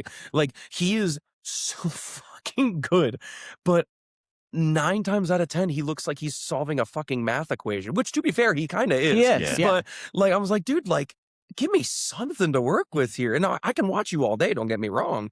And like the younger Vinny, he definitely had some more, but I'm like, dude, like the video I watched the most of him, like he's smoking a cigarette while doing the most insane shit you've ever seen in your life. And I'm like, sometimes you just want it to look hard. Yes, exactly. Exactly. And I'm like, dude, like, Matt Garska's another one. I bring him up all the time because, and again, he's not as guilty of this because he does technically play in a metal band, but, like, he definitely headbangs a little bit, but I'm like, "Dude, like, you almost like, with that stuff, you almost can't Mhm. look like you're having a fun time because there's no way that can be 100% fun with the sheer level of complexity that Animals as Leaders plays with. Like, Yeah. it's so stupid, like, what they're able to pull off.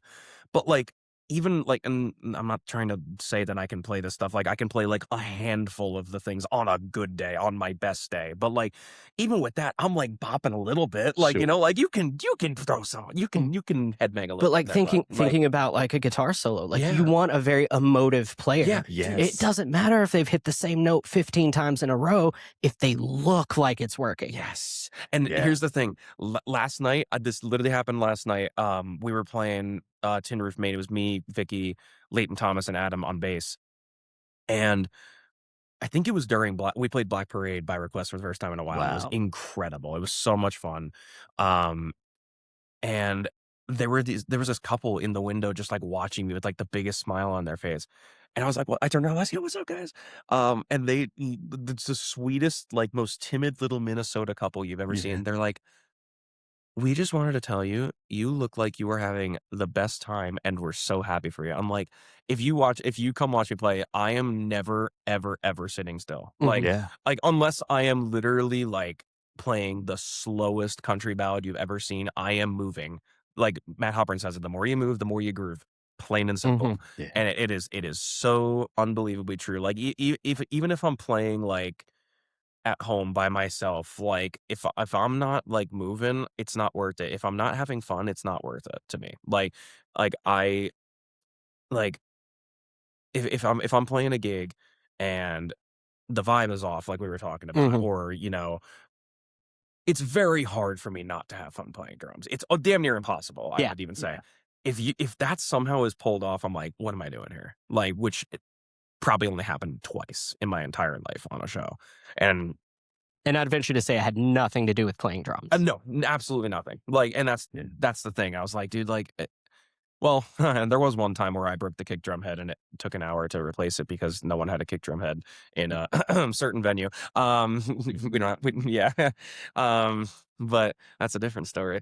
Luckily, we had an amazing band, and they played acoustic for an hour, and we never even lost the crowd. So God bless them. But that was like the one time where I was like, I am not having fun right now because let's face it, do people have fun changing drum heads? Maybe there's some, like, really into it drum techs out I mean, there, there's like nerdy people, I I'm mean, sure, that love it, yeah, I mean, but don't get me wrong, like, I'm like, "Oh, cool," like, yeah, I can get into, like, the science of tuning and everything like that, and it's fun. Ask Trent Hollingsworth about that if you ever get on here because he loves that shit, and I envy his love for that because I can't get like, the yeah. drum maintenance stuff, Yeah. I I'm don't not care. I'm not great with it. I wanna Yeah, hit I feel it. terrible. Yeah. That's Yeah. all. And I that's wanna hit it, and I yeah. want it to sound right.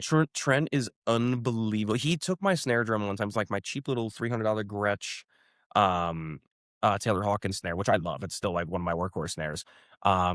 He took it before we played with Meg, the girl I played Warped Mhm. Tour with one night, and he tuned it to literal perfection on the first try. I'm like, "How did you do that?" Like, and he's like, "Just learn how to tune." I was like, "But you play bass." He's like, "Yeah, but I like loves like getting the best drum sounds possible." Mhm. Like he's like Nolly, the producer Adam Nolly, Get Good, like Yeah, played yeah. yeah. He the same thing. Unbelievable bass player happens to play his signature bass too, which makes it all the more scary. And yeah, just an unreal drum engineer. Like if you need drums, go to him. Him and Ethan Harb have a studio together now. Yeah.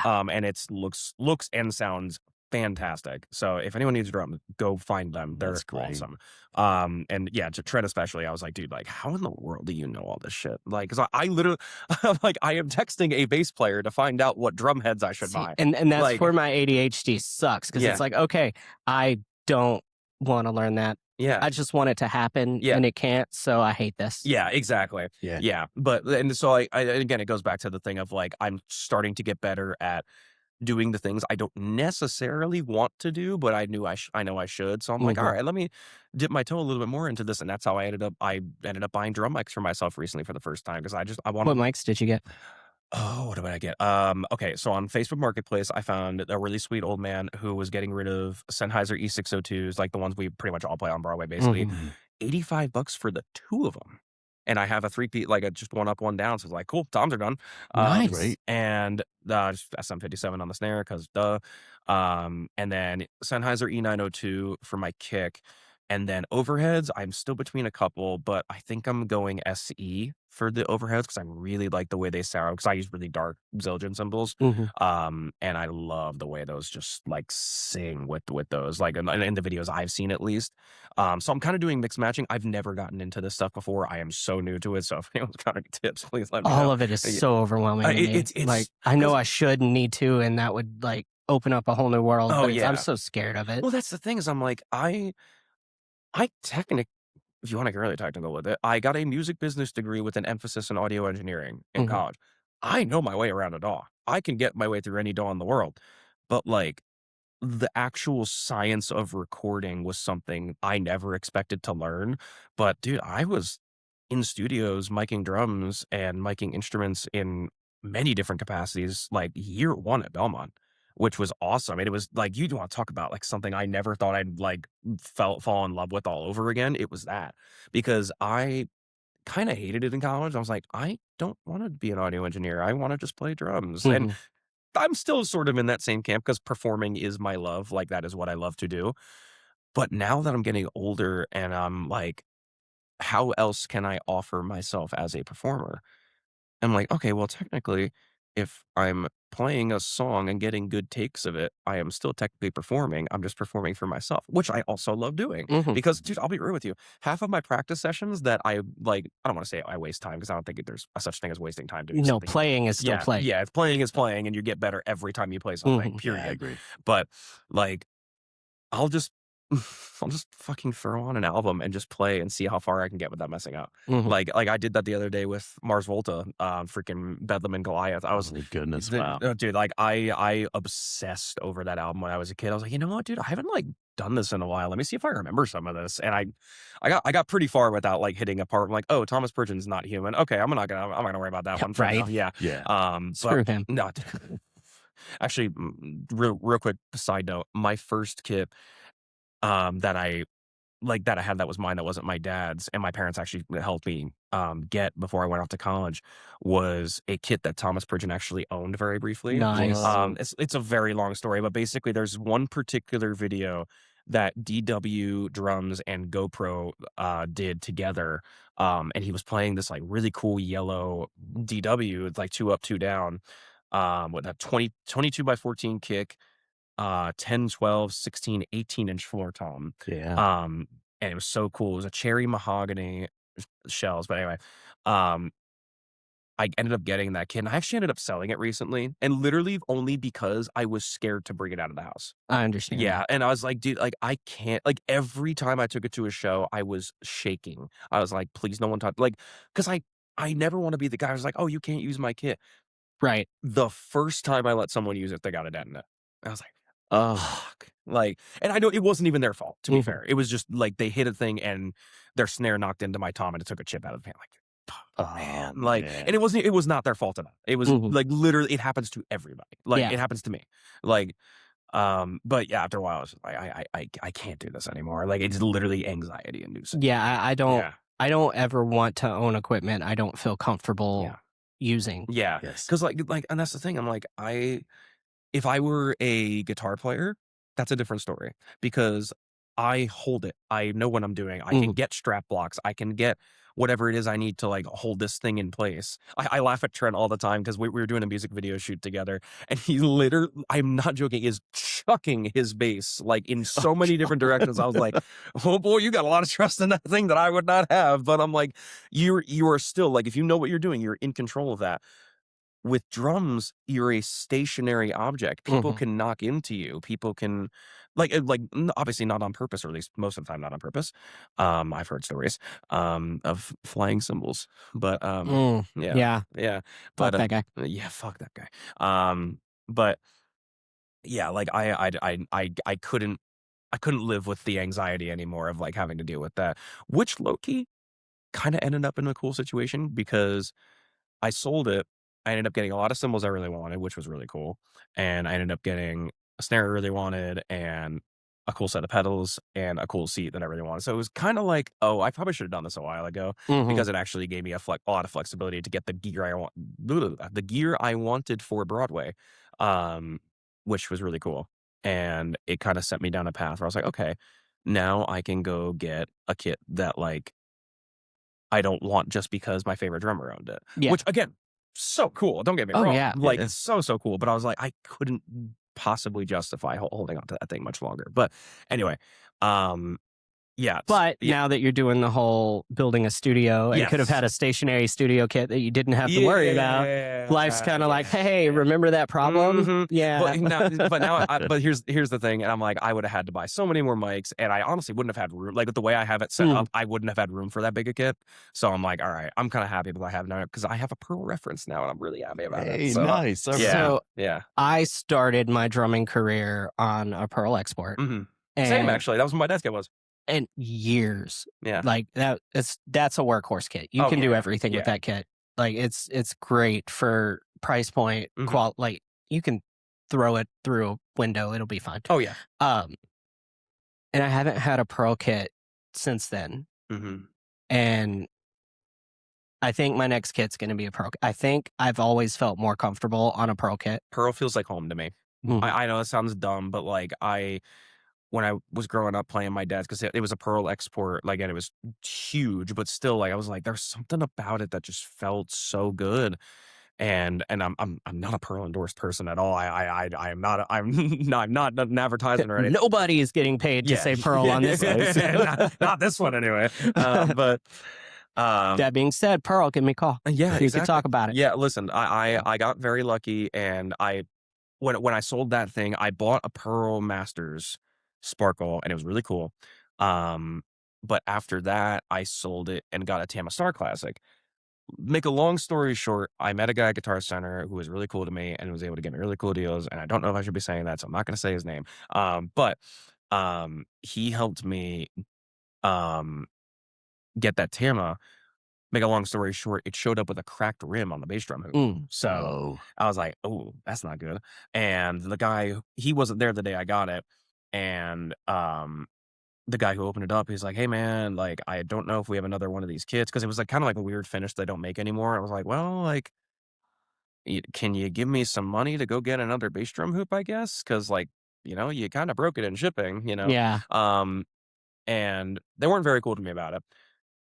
The guy who helped me out found out about this. He's like, oh, no, that's not how we do things here. And he goes, is there any other kit you want? And I'm like, well, like, I don't really know. Like, do you have anything like coming in? He's like, well, he goes, let me make a call. And he calls a guy that he knows from Pearl. And sure enough, I had ran into him a couple days prior, like the same guy named Kevin, and he was bringing in a bunch of kits. And sure enough, one of them was a used Pearl Reference Pure with like those really nice tube lugs with like the gold in them. Yeah. And I was like, that one would be kind of cool. And he's like, done. It's yours. Just give me that Tama. I was like, oh, okay. Yes. Say no more. Here you go. Yep. So yeah, thank you, my friend. Yeah. So, because that has been, I know this sounds insane to say over that DW, but it's my favorite kit I've ever owned. Wow. It's so simple. It sounds unbelievably good. And like, I just can't believe how that all like worked out like that. Cause I'm like, something about it just feels like home. I don't know what it is. Maybe it's because I grew up playing Pearl. Maybe it's because, all the earliest pictures of me are playing that Pearl kit. Like, it's just always what I envisioned in my head. I was like, that's so cool. And God willing, if I ever get an endorsement deal for Pearl, I will tell them the same thing. I'm kind of there. Like, I see no logical reason I should be attached to Pearl. Same, yeah. But I'm just, I feel better every time I'm on a Pearl kit, even if it's like completely trashed. Dude, I feel good on it. Dude, there's people out there who say the same thing about Gretsch, like say like that great Gretsch sound. Like, there's people who say that. I feel that way about Pearl. That's just what drums sound like to me. Yeah. Yeah, like just plain and simple. Like, and that's different for everybody. Like, whatever your thing is, rock with that. I know a lot of people around me are really into Tama. That's awesome. I love Tama. I think Tama sounds fucking awesome. My snare is the freaking John Tempesta brass snare. It's loud as fuck. But I was like, dude, like I could have bought the reference brass, but I was like, dude, I don't know, like like something about that particular drum. Like I am not one to be like everything has to match. No. Now, granted, I do own one now that matches. I bought the Dennis Chambers pearl signature snare with the matching tube lugs and everything because I was like, oh, that matches, and it sounds so good. Gee, yeah. But yeah, I was like, dude, like not everything's got to match. Like I have Zildjian and Istanbul symbols on my kit. Like, yeah. That being said, so in November, I did the Breast Cancer Can Stick It Drumathon. Oh, and they had an auction, and there was a acrylic pink kit that I was like, oh, like the starting bid was like $500. Yeah. And I was like, there's no chance. So I'm just I'll go ahead and be the first bidder to get it started. No chance. Well, nobody else bid on it. So I got this probably $2,000 kit for $500. It looks incredible. What company? RL Drums. Wow. Oh my God. Yeah. And in fact, I saw they posted the same kit with a couple extra toms. And it was like $2,500. So I'm serious when I say like a $2,000 kit for $500. Yeah. But like, I didn't want another acrylic kit because my other kit's an acrylic kit. So I was like, man. But anyway, I got that, and it's awkward sizes. The kick is a 20 by 20. Oh, weird. And I was like, I don't know how I feel about that. That's like, I've wanted a 20-inch kick for a while, but it's really long. Really long. Yeah. And it's been insane trying to. I can't find a hard shell case that fits it. Like I've got it in my 22 right now. Yeah. I completely forgot where I was going with this story, other than wanting to talk about my drum kit. ADHD podcast, baby. Yeah. Yeah, I don't know. I got that. Yeah, I have no idea where I was going. That's okay. Drum talk, baby. I didn't intend on getting another kit. I've been thinking for a long time my next kit. I wanted to go back to a wooden kit. I was tired of the acrylic, and then definitely leaning toward pearl. And I've always liked the pearl hardware. Yeah. The only thing that I think this might have been where I don't remember.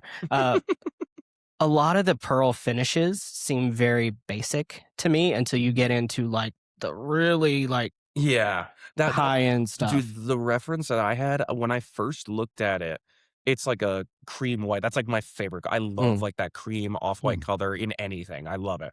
Until I got up close, I didn't realize it was a gloss finish. And I was like, dude, like it's got a hint of blue in there. Like, what the hell? That's like, cool. Since when? I looked at literally, I was packing it up for my session, and I'm like, is that blue? Like what the hell is it? It was probably just the way the light was hitting it, but sure enough, I kept turning it. I'm like, oh my God, wow, look at that. So like, and maybe it is just the the reference finish, but like, dude, like, yeah, I mean, there's some good finishes on those pearls. I have I have sentimentality around my pearl kit, and so I don't see myself, for reasons financially and also space wise, I don't see myself getting another kit for a very, very, very long time. But it's a Pearl Sessions series, and I got when I was in my teens, and it was a gift from my grandfather, is the thing. So I'm always going to bring it every. And so it was on the road with Megan Patrick. It went to it's been across the world pretty much. So that's been cool. And it looks really, really great. It's a great finish. It is a bright red that fades to a black, like from top down. Nice. The Motion Pro drum throne matches it perfectly. Oh, look at that. Do you believe that? Yeah. You are welcome, sir. Circling right back around. Yeah. So that's really, really cool. And but as far as drum maintenance goes, like it's not that it's showing wear and tear. That's not it. It's been cared for throughout the years, but it could use a little bit of TLC, I think. It's had a lot of gigs in a lot of different environments. Yeah. And so, it could use a little, not necessarily repair a couple of things, but like an update. Speaking of drum TLC and repair, I have probably mid to late 60s Rogers snare that my dad gave me that I really want to get it restored. It got a crack in it at some point, and just as a quick fix, Dad put a bolt in it to hold it together. Like I don't exactly know what happened. This was way before I was born, but like it has been rode hard. That was the only snare he used pretty much his entire career, or at least since he got it, and like it is beautifully worn. Yeah. And so if you guys know a guy that does like drum repair, like I want it, if I'm gonna trust it in somebody else's hands, like I want it to be the guy. Yeah, I mean, like, my initial thought is Forks, 'cause I don't know if they do, like, full repairs, but, Like this would need like a full on like they would have to restoration. fix it. Yeah. Similarly, my snare is a Rogers mid-60s model. It's a chrome over brass, so it's a metal snare. And man, it's a love-hate right now because you could use a drum key for anything on a snare. Right. However, if you're going to tighten like the snares, let's just say, snare straps, you need a flathead screwdriver. Oh, Jesus. Yes. Oh, yeah. It's one of those. This thing is a pain, dude. It's like I got a rotary phone. Like, you know, it sounds great. It sounds really, really good. I love it. But I've had, actually, weirdly, over the past few weeks, I'll be taking it out and the snares are a little bit loose and ultimately it's okay. But like, I'm getting weird sounds out of it. And then I'll try to tighten it. And then like, oh, I don't have a flathead with me today. Like, and then sometimes I'll be like, this might be too much for me right now. Yeah. But gotta swap it out for a little bit. Dude, I'm trying to get a superphonic. I'm trying so hard, man. I know. I love a Ludwig. So I love a Ludwig kit, and I love the sound of a Ludwig kit. And truthfully, I love my Pearl for sentimental reasons, yes, but I think if there's a sound that I am really looking for, it's a Ludwig. I've really come around on Ludwig a lot because admittedly, I didn't really get the hype when I was a kid. And it was literally just because I was like, oh, it's the John Bonham sound. That's cool. It just wasn't me. And that's really cool. But I was like, after a while, like, especially with the stuff they've done lately, like the modern stuff, I was like, damn, they've really got me in a chokehold now. Like something really good. So that's my buddy Nick, who plays down in Louisiana. He's a big Ludwig fan too, and he's kept me up to date with some of the stuff. I'm like, dude, some of this shit's really cool. Actually, speaking of, do you guys know about those Honest Abe snares? Do you know about that? Okay, I think they make full drum kits too. I'm gonna send you both a video. There's this. My buddy Nick sent it to me, and it got me thinking about it the other day. A black iron snare. Now, obviously, very loud, but holy shit! Like when I think of a cannon of a snare, you think of a Tama Bella Brass. No, not anymore. I think of that. Like it is. Okay. You want to talk about like drums that'll cure your depression? It's that. Like just absolute insanity. You know, where's my phone? Sure.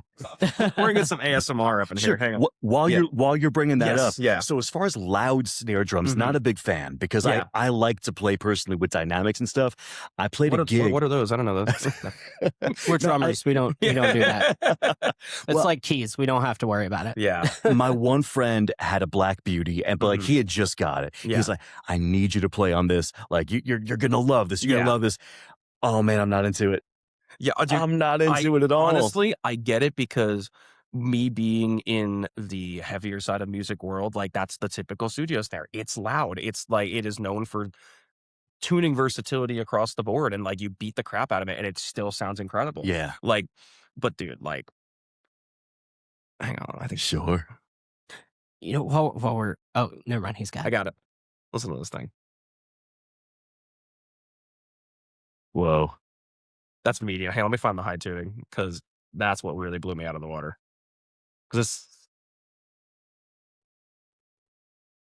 that's great. It sounds like someone made a snare out of concrete, right? Yeah, dude, Jesus Christ.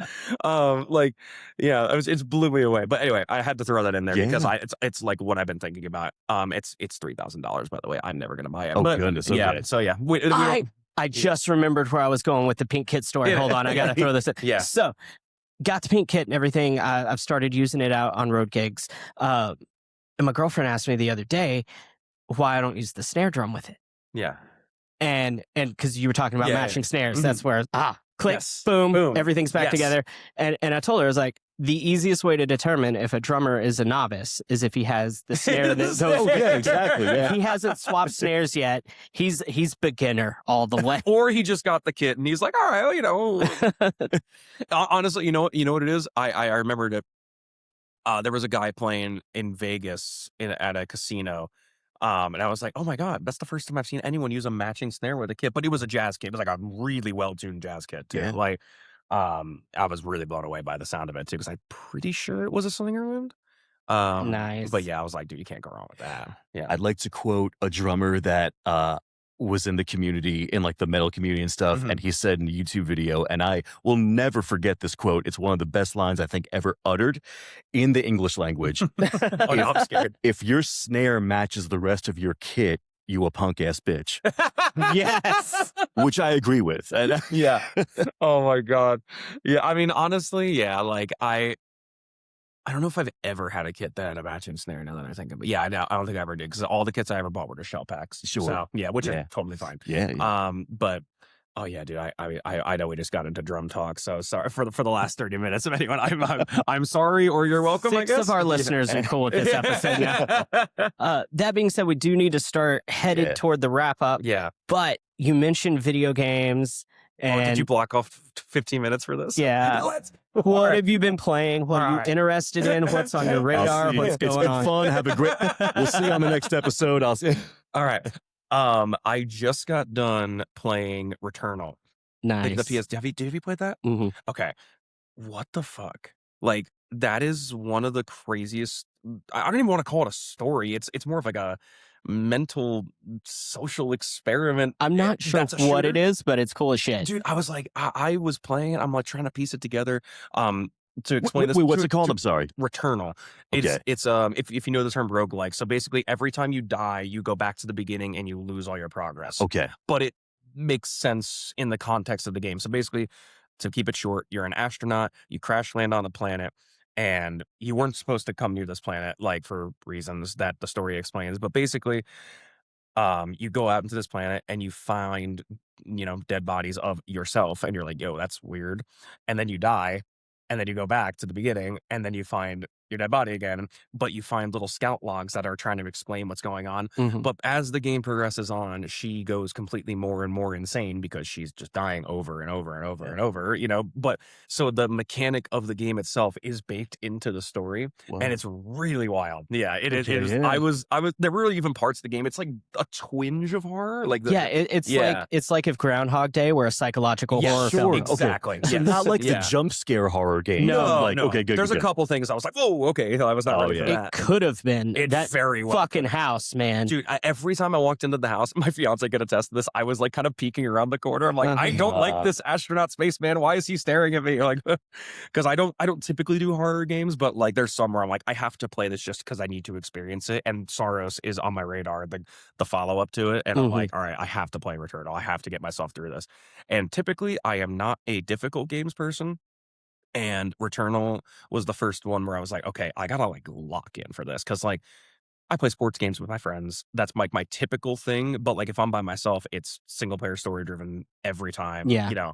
I did get to do Expedition 33 and it was everything I could have hoped for and more. Might be my favorite game ever. It's up there for sure. If God of War didn't exist, oh God, where would I rank Expedition? I haven't even thought about this. Like I don't rank things very often. I typically just have God of War series as my favorite. It always has been.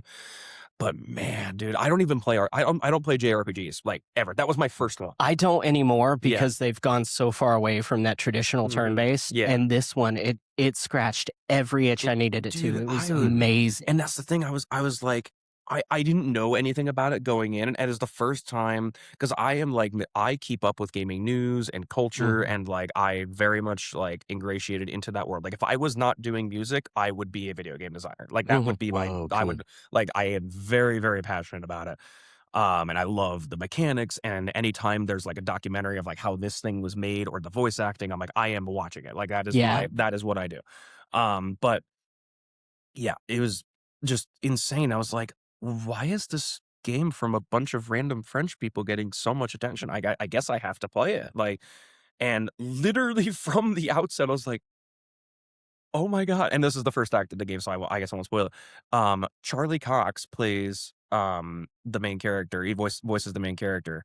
And he meets up with a girl in the beginning, and they're all going to this ceremony, and this being paints the number 33, and you come to realize that every single time she paints a number, it's descending from 100, and every single time she paints a different number, the people at that age, in this case 33, die instantly. and every single year, Think Thanos snap. you Like think, they Thanos just snap, they kind of like cease to exist into like a pool of like beautiful flowers, basically. It's flower actually, petals. it's really beautiful, but it's also really scary because like, yo, where did these people go? And so every year since this has been happening, they call it gomaging. Every year since it's been happening, they send an expedition. This is where Expedition 33 comes into the title. They send an expedition now to try and find out more, like, why is this happening? How can we stop this? Can we stop this? And they find out very quickly that there's a lot of powerful shit going on that they don't understand. And basically, Charlie Cox's character, um, if you don't know, he plays Daredevil in the Marvel stuff. He meets up with some other parts of the team, and they kind of party up and just go on this insane journey. And I won't spoil it because I think everyone should give it a shot. Oh yeah, Yeah, like it is. Even if that's not your thing, it's not my thing at all. But it's maybe the best. It's certainly up there with the best ever. Yeah. Like everything is top notch. Yeah. The story, the writing, the art style, the graphics. the music is so fucking so good. here's the best part about the music. I'm sure you know about the guy. Yeah. So they found the guy to do the music. He was just some random dude on SoundCloud who had like 10 listeners, just making cool little beats here and there and making really symphonic stuff. Like they just found him. They're like, hey, we don't have a lot of money right now. We're just some small like studio of people who left Ubisoft, like the Assassin's Creed studio. Yeah. And we're just like, hey, let's go make the greatest thing we can possibly make because this, like, we basically all grew up loving Final Fantasy. So let's go make our own Final Fantasy. And boy, howdy did they. Like they honestly, I liked it more than any Final Fantasy game. Absolutely. Like and I love Final Fantasy. I do, but like, man, dude, phew. Like I don't think I touched anything else until I finished that game. Like I was so locked in on it. Yeah, I literally even with my friends who I play with all the time, like my friends back home and down here who I play like NBA or FIFA with or anything like that, like I was like, guys, I can't. I need to finish this. So like yeah. They didn't cut any corners. Like they wanted everything to be the absolute pinnacle of what they could do. Right. Yeah. Just the care and love comes through every moment of that game. Yeah. And just to get into the other side of gaming too, like I know a lot of people are like really big on kind of hating on like the live service thing. And I think this kind of relates to music too. And I'll get there in a moment. But like things, so like think Fortnite, right? Like everyone knows what Fortnite is. Like Fortnite worked because it was the first thing of its kind, and like there's microtransactions and all this stuff, and I think there should be limits on like things that kids can do and that stuff. Oh yeah, shit, I've fallen into the live service shit. Who hasn't? Like in games and stuff like that. Like people spend money on games. It just is what it is.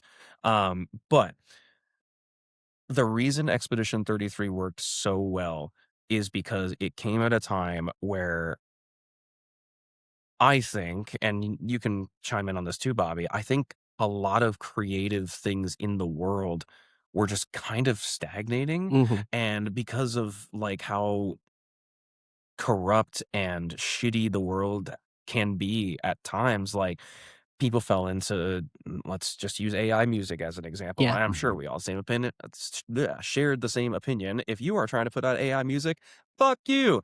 You're stealing work from people like us. And, I don't have any problem with telling you like it is with that. Like, I think we all share the same opinion. Like, you suck and it's bad and you should feel bad. Yes, that right there. Shame. Yeah, shame indeed. But I think it really revived not only like my love of story games, because I admittedly was just kind of like, all right, I don't really know where to go because I played everything I love so much. I love all the things I love, but I was like, where do I kind of go from here? And that like sparked it all again. That's where I found Returnal again. That's where I found this little game called Ghost Runner 2. I didn't play, dude. What a freaking cool game. You are literally a cyber ninja and you fly through the air and you shoot shurikens at people and you have a sword and you slice through robots. Oh, yeah. It sounds so video gamey when I say it out loud, but that's really all it is. Everything 10-year-old me wanted to be. I was like, this is sick. Yeah. But it's also hard. Like it was really hard. Yeah. Like stupid hard sometimes. I was like, this is what I want. Like I want games. Basically, what the point I'm trying to get to here is I'm trying to get to myself to the point where I can experience Elden Ring. Because I've never played a Dark Souls game, and I know that's gamer, sacrilege, but like I just So that being said, yeah. I tried Demon Souls, Darks, all of them. Yeah. I've tried all of them, even the Pinocchio one. The Eliza P. Yeah. Yeah. Looks really cool. Yeah. I like them for literally like an hour. And then I'm kind of over it. Like, that's kind of where I'm at too. But it was Elden Ring. Yeah. No problem. Like, Really? like it's definitely the difficulty levels there. It's definitely a Souls game. But like, because of the open world, like, it's not so much I can't beat this guy, so I guess I'm just done. Yeah. It's like, I'm going to go over here and do some other stuff. Yeah, and then you find a weapon and you're like, oh, this makes me God for 12 seconds. And but then I'm shit again. Are really important. And it's really important that you get in there. And so there's always like, seemingly always, like, if you can't get past it, there's somewhere you can go or something you can get that'll give you just that little bit of an edge to where like maybe you can survive 2 hits now. Yes, exactly. Which sometimes that's all you need. I dove into what did I start the other day? Hollow Knight. Dude, what a cool concept. I've never played a Metroidvania either. I'm trying to just kind of like experience everything I've never experienced before. And honestly, and the reason I say this relates to music too, whenever I think about writing my own music with my buddies, like I take a lot of inspiration not just from the music of games, but from the things that they're telling, like the stories they're telling. And I'm like, all right, I can pull a lot. Like me and my buddy Chris, like we were talking on the phone the other day, like we kind of have like an idea for a little passion project we're working on. And like I think like we really want to like do something with it. And I got the idea for the band name like from a little video I was watching about a car game I play. I was like, oh my God, like it's like the little things like that. You take everything from that. I know it's like, so small, but anything and everything can be related back to it, because I think that my love for stories and art all stemmed from music, because, and this is where I full circle back to Dream Theater. Yes. Because when I was younger and I got into them at first, obviously I was like, yo, Mike Portnoy's a god. Like I want to play just like him. And I think like I modeled my play a lot after him still to this day. But what Dream Theater did so well more than anyone was they wrote these epic long songs. Like, I mean, like Octavarium is the one I go to the most. Like there's a narrative, not just like lyrics. There is a narrative thing happening here of this guy going into a catatonic sleep and losing his mind basically slowly. And then there's, Metropolis Part 2 with the whole story of like, and I could go on forever, but like stories should be told in any capacity, period. And I think video games are there's movies and TV, obviously, which are fantastic in their own right. There's so much good stuff out there. And don't get me wrong on that. But the freedom that video games offer to offer you the immersive experience of not just seeing a story unfold, but like putting yourself in there. And like when I turned on, I'll use Red Dead 2 as an example. Like Red Dead Redemption 2, you get totally lost in like what is it, 1898? Like, and like, I'll be like, dude, I am in here. Like, there's a world, like a living, breathing world around there that Rockstar created that like hasn't been topped. And I hope to God GTA 6 really like does that justice, because like it's coming. Like they confirmed it. It's real. It's the marketing's starting probably like a couple months.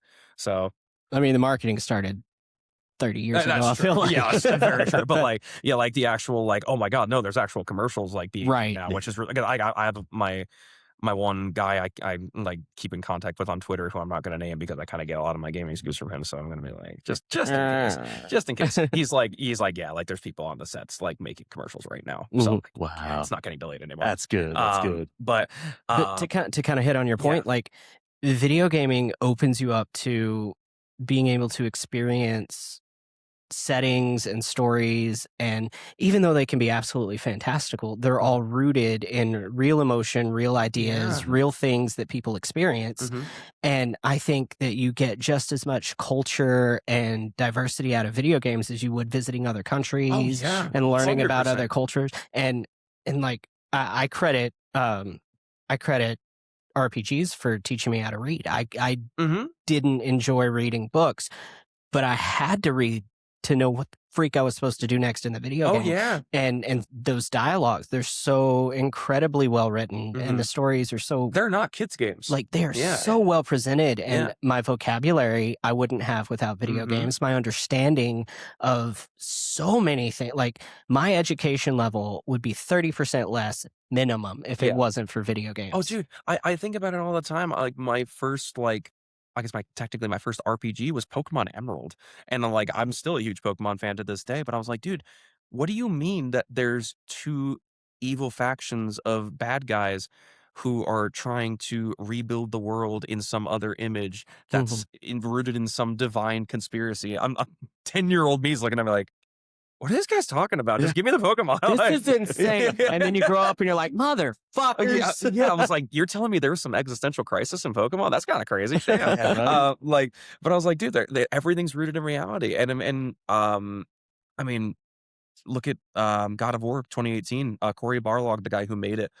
Have you played that one? Oh, I've played every God of War except the new Sons of... I have not tried that. It looks stupid. I don't want to play it. Looks... It hurts my feelings. Yeah, I was like, I don't really know what this is. Like, I'm gonna play it because I'm a huge God of War fan and I'm gonna experience everything, but I'm like, this looks... Are we going to Egypt next? Is that the... I think Is so. that what's happening? I think so. I mean, it's either that, there is a big rumor going around, and I would be all on board with this because I love Deborah Ann Wall. She was fantastic in Daredevil, and she was fantastic. I love her in general. In general, she's awesome. I would marry her today. That is probably my biggest, like, famous person crush. Yeah, it like when I first saw Daredevil in like 2015, whenever that came out, I probably... And when she starts talking D&D, my heart melts. I forgot. Yeah, she's on Critical Role, isn't she? She does a lot of like guest stuff. I think she's got her own thing. Like, she's very in the D&D community. Yeah, but no, like, the big rumor right now is that she is gonna have a spin-off game as Faye, as Kratos' wife, which would be really sick. Awesome. That was like just yesterday that started making the rounds. How true that is, I have no idea. But yeah, to kind of enforce that whole my crush on her.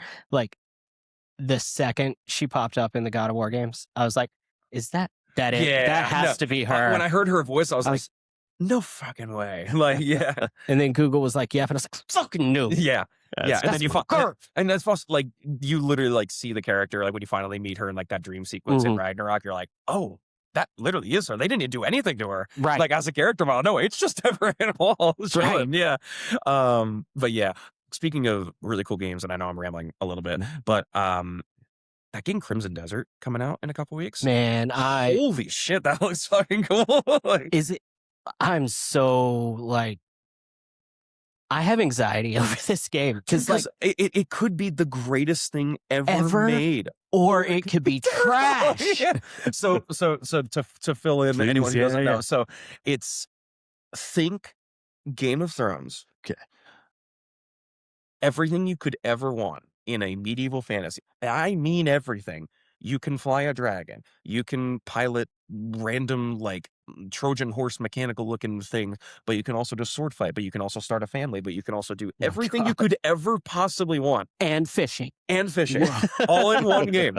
And here's the thing, it looks so good that it looks fake, but there's so many videos of like, no, this is from the company, this is from the it's like the same thing with Expedition 33. I'm like, how did like 23 people make this? Now, great, so I think there's a bigger team behind this one, to be fair, but still, I'm like, it looks insane. There's like 2,000 hours of gameplay you can do. I'm like, that's oh my gosh, almost too much. Like, but it still is like, there hasn't been a game on that scale since probably like Red Dead 2. Like, if it is everything it is saying it is, I don't think there's ever been a game remotely close to that scale. The only thing that will beat is every mechanic you could think of. Yeah. Crimson Desert, it's called? Yeah. Yeah, it's coming out not this Friday, the Friday after. Wow. 10 days from yesterday? Yes. Yeah. Because I looked at it, because I haven't pre-ordered it, because I'm really worried. I'm waiting. I tip, like, normally when I'm this hyped about something, I will pre-order it.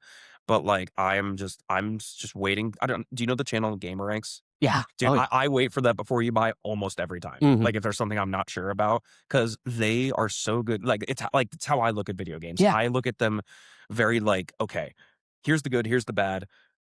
Now weigh it yourself. Yeah. Absolutely. Don't listen to the internet. It doesn't. Yeah.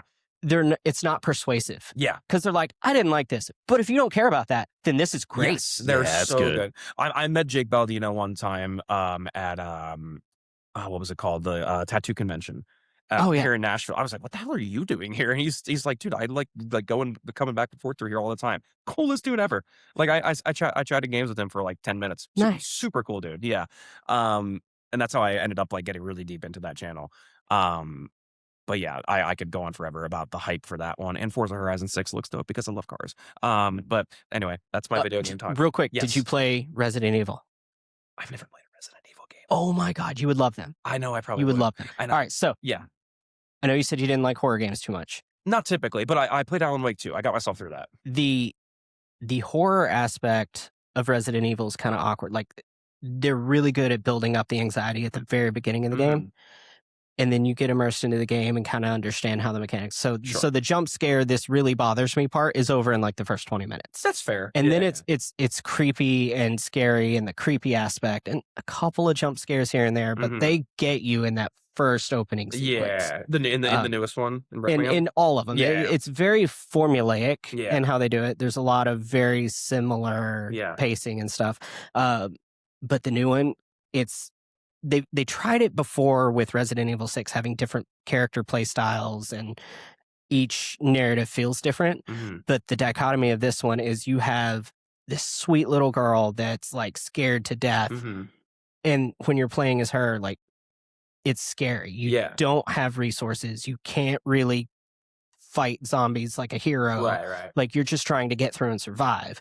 And then you have Leon, who is your comic book character badass. Like, I'm going to go through and like take out an army of zombies with a hatchet. Right, yeah. And the pacing between the two, it's like, as soon as you're like, man, I'm kind of over the scary thing, it's like, cool, well, let's go beat some shit up. Yeah.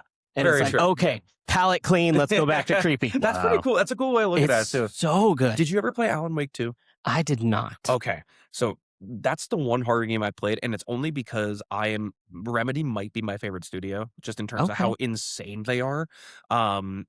As I loved Control. Control won Game of the Year in 2019. Highly recommend that too. I just started that one. I missed that one completely. Oh, my and Lord. I'm like probably 60% through it. Dude, it's insane, and it gets progressive. It's already insane in the beginning, but like the new one looks incredible. I'm so excited. I think that's July or August that comes out. Yeah, I just saw some gameplay on it yesterday, and it looks insane. But so Alan Wake and Control are in the same universe. Okay. I did not know that until recently, until I finished Alan Wake 2. Because how do I describe Alan Wake? Alan Wake is a writer, and he basically gets away to this cabin somewhere out in Washington, and he starts basically writing a horror story that starts coming true, but it's total psychological horror in its purest form, and so much so to the point in the second one, literally from moment one, there is jump scares, but not in the traditional sense of something popping out at you. The screen flashes someone screaming at you in like big, bold, you cannot miss it. It scares the piss out of me every time. The first time it happened, I had to walk away. I was like, what just happened? Because it's not just a jump scare. It is like a full body spasm of sound and light. But it's really cool at the same time. And it was the first time I was like, I'm not scared of this. I am more just like, where is this going? And I can't even give you a spoiler because I can barely describe it. All you need to know is FBI shows up looking for that guy that wrote that book in the first game. And I'll leave it there because that's awesome. Literally all I can say. It goes completely batshit insane. And it in every possible way. But anyway, that is we could absolutely do a whole gaming episode, and I think we should do that. We should make plans for that. Hell, like, well, what's your schedule look like? You want to start a podcast? Dude, honestly, I you got the equipment. But we can make it work. Go for it, guys. That being said, we do need to wrap up because I got to get to work and I don't want to get fired. So how can everybody find you and listen to your stuff? You can find me on Instagram typically at Drew_Mechler, Mechler. Instagram is where I'm typically the most active. I'm on Facebook too with the same thing. If you want to hear my gaming nonsense that literally nobody follows, like not even my fiance. My girlfriend doesn't even listen to the podcast. Nobody knows I have Twitter. It's fine, and it's just where I keep up with sports and news and everything. But I'm on there as Drew Mechler too. But yeah, that's just where I retweet gaming and sports nerdy stuff. Awesome, Brian. Let them know how to get to you. Sure, Brian Morelli Music, Instagram and TikTok with underscores in between MORELLI. And we did this on Vicky's episode with the stickers on the water bottle. Yeah. So this is my show and tell segment for this week. I got pasta socks. Yeah, you do. Hell yeah. Cool. No. Oh my God. Wait. So, yeah. You know what's so funny about that? Me and a group chat of mine just had a full-scale meltdown argument about what the best pastas were. Oh, well. I'm taking a picture and sending it to Please, them yeah. right That's now. amazing. You got to go all around. So these are from Italy. My fiance and her mom, I love say. That's a cool word to say. That's a fun word. Yeah, it gets better. Yeah, nice. So for her mom's birthday, they went to Italy for a couple of weeks, and this is the perfect souvenir for me, along with a thing of pesto, which was also great. Next time you wear them on the podcast, let me know. I've got eggs and bacon socks. Let's go, and we can have breakfast and lunch. Okay, I gotta wear cool socks now. I got when we do got your New Balances there. That's fantastic. Dude, these are my favorite. These are Action Bronson baklava New Balances. These are easily my weirdest pair. But I knew I was gonna be on camera today. I was like, you know what? Let me be a little weird today. Nice. Yeah. I love them. Dude, they're wild. They're really. I went short story, and then I'm gonna get fired for being late. But I was playing in Memphis over the weekend and went to Graceland, and I'm not the biggest Elvis fan. Yeah. Just not my thing. And we go through, and I'm looking at all the jumpsuits and the stones and the art and everything. And I would never want to wear something like that. Mm-hmm. But what I do want is something that ostentatious. Yes. Yeah. I need a super ridiculous, annoying, ostentatious style. Dude, yeah. Mm-hmm. That needs to be my whole fucking personality. Yeah. Dude, it literally, I not to dwell too long on this, and then we got to go, but like, shoes and sneakers for me became a thing when I started playing like out live, because I was like, I know people are gonna like look at me, and I'm like, I've always been into that whole world, and there's a lot of storytelling that goes into shoemaking, believe it or not, which is crazy. I don't believe it. No, like you would have to sit down and walk me through it like a kindergartner. Dead serious. I don't. Dead serious.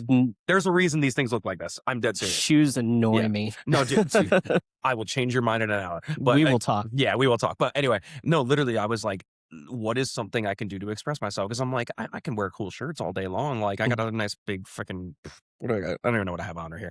But like, I wear cool shirts. I think some of them are cool. But the shoes, that's where I can be myself. Like, I don't know what it is. It's just always been the way I rock. Yeah. I know there's a massive shoe community. Like, I know it's huge. Yeah. But like, I can't get into it. I hate shoe shopping. Like, shoes are uncomfortable 90% of the time. Like, I've got these are like some cheap ass barefoot shoes from China, and they're the most comfortable shoes I've ever had. Pretty sick. Yeah. I absolutely love super lightweight, super flexible, easiest shoes to play drums in ever. And like, I'm scared to death for when these tear up, because then I gotta go shoe shopping. Just text me. I'm gonna help you find your shoe style. Okay. But like that goes for either one. Thanks. Like if you want some cool sneakers. I've often said I just need to get in a band big enough where just somebody tells me what to wear every time. Yep. That'd be great. Wouldn't that but be nice? Until then, I want to be the like annoyingly ostentatious guy. I think.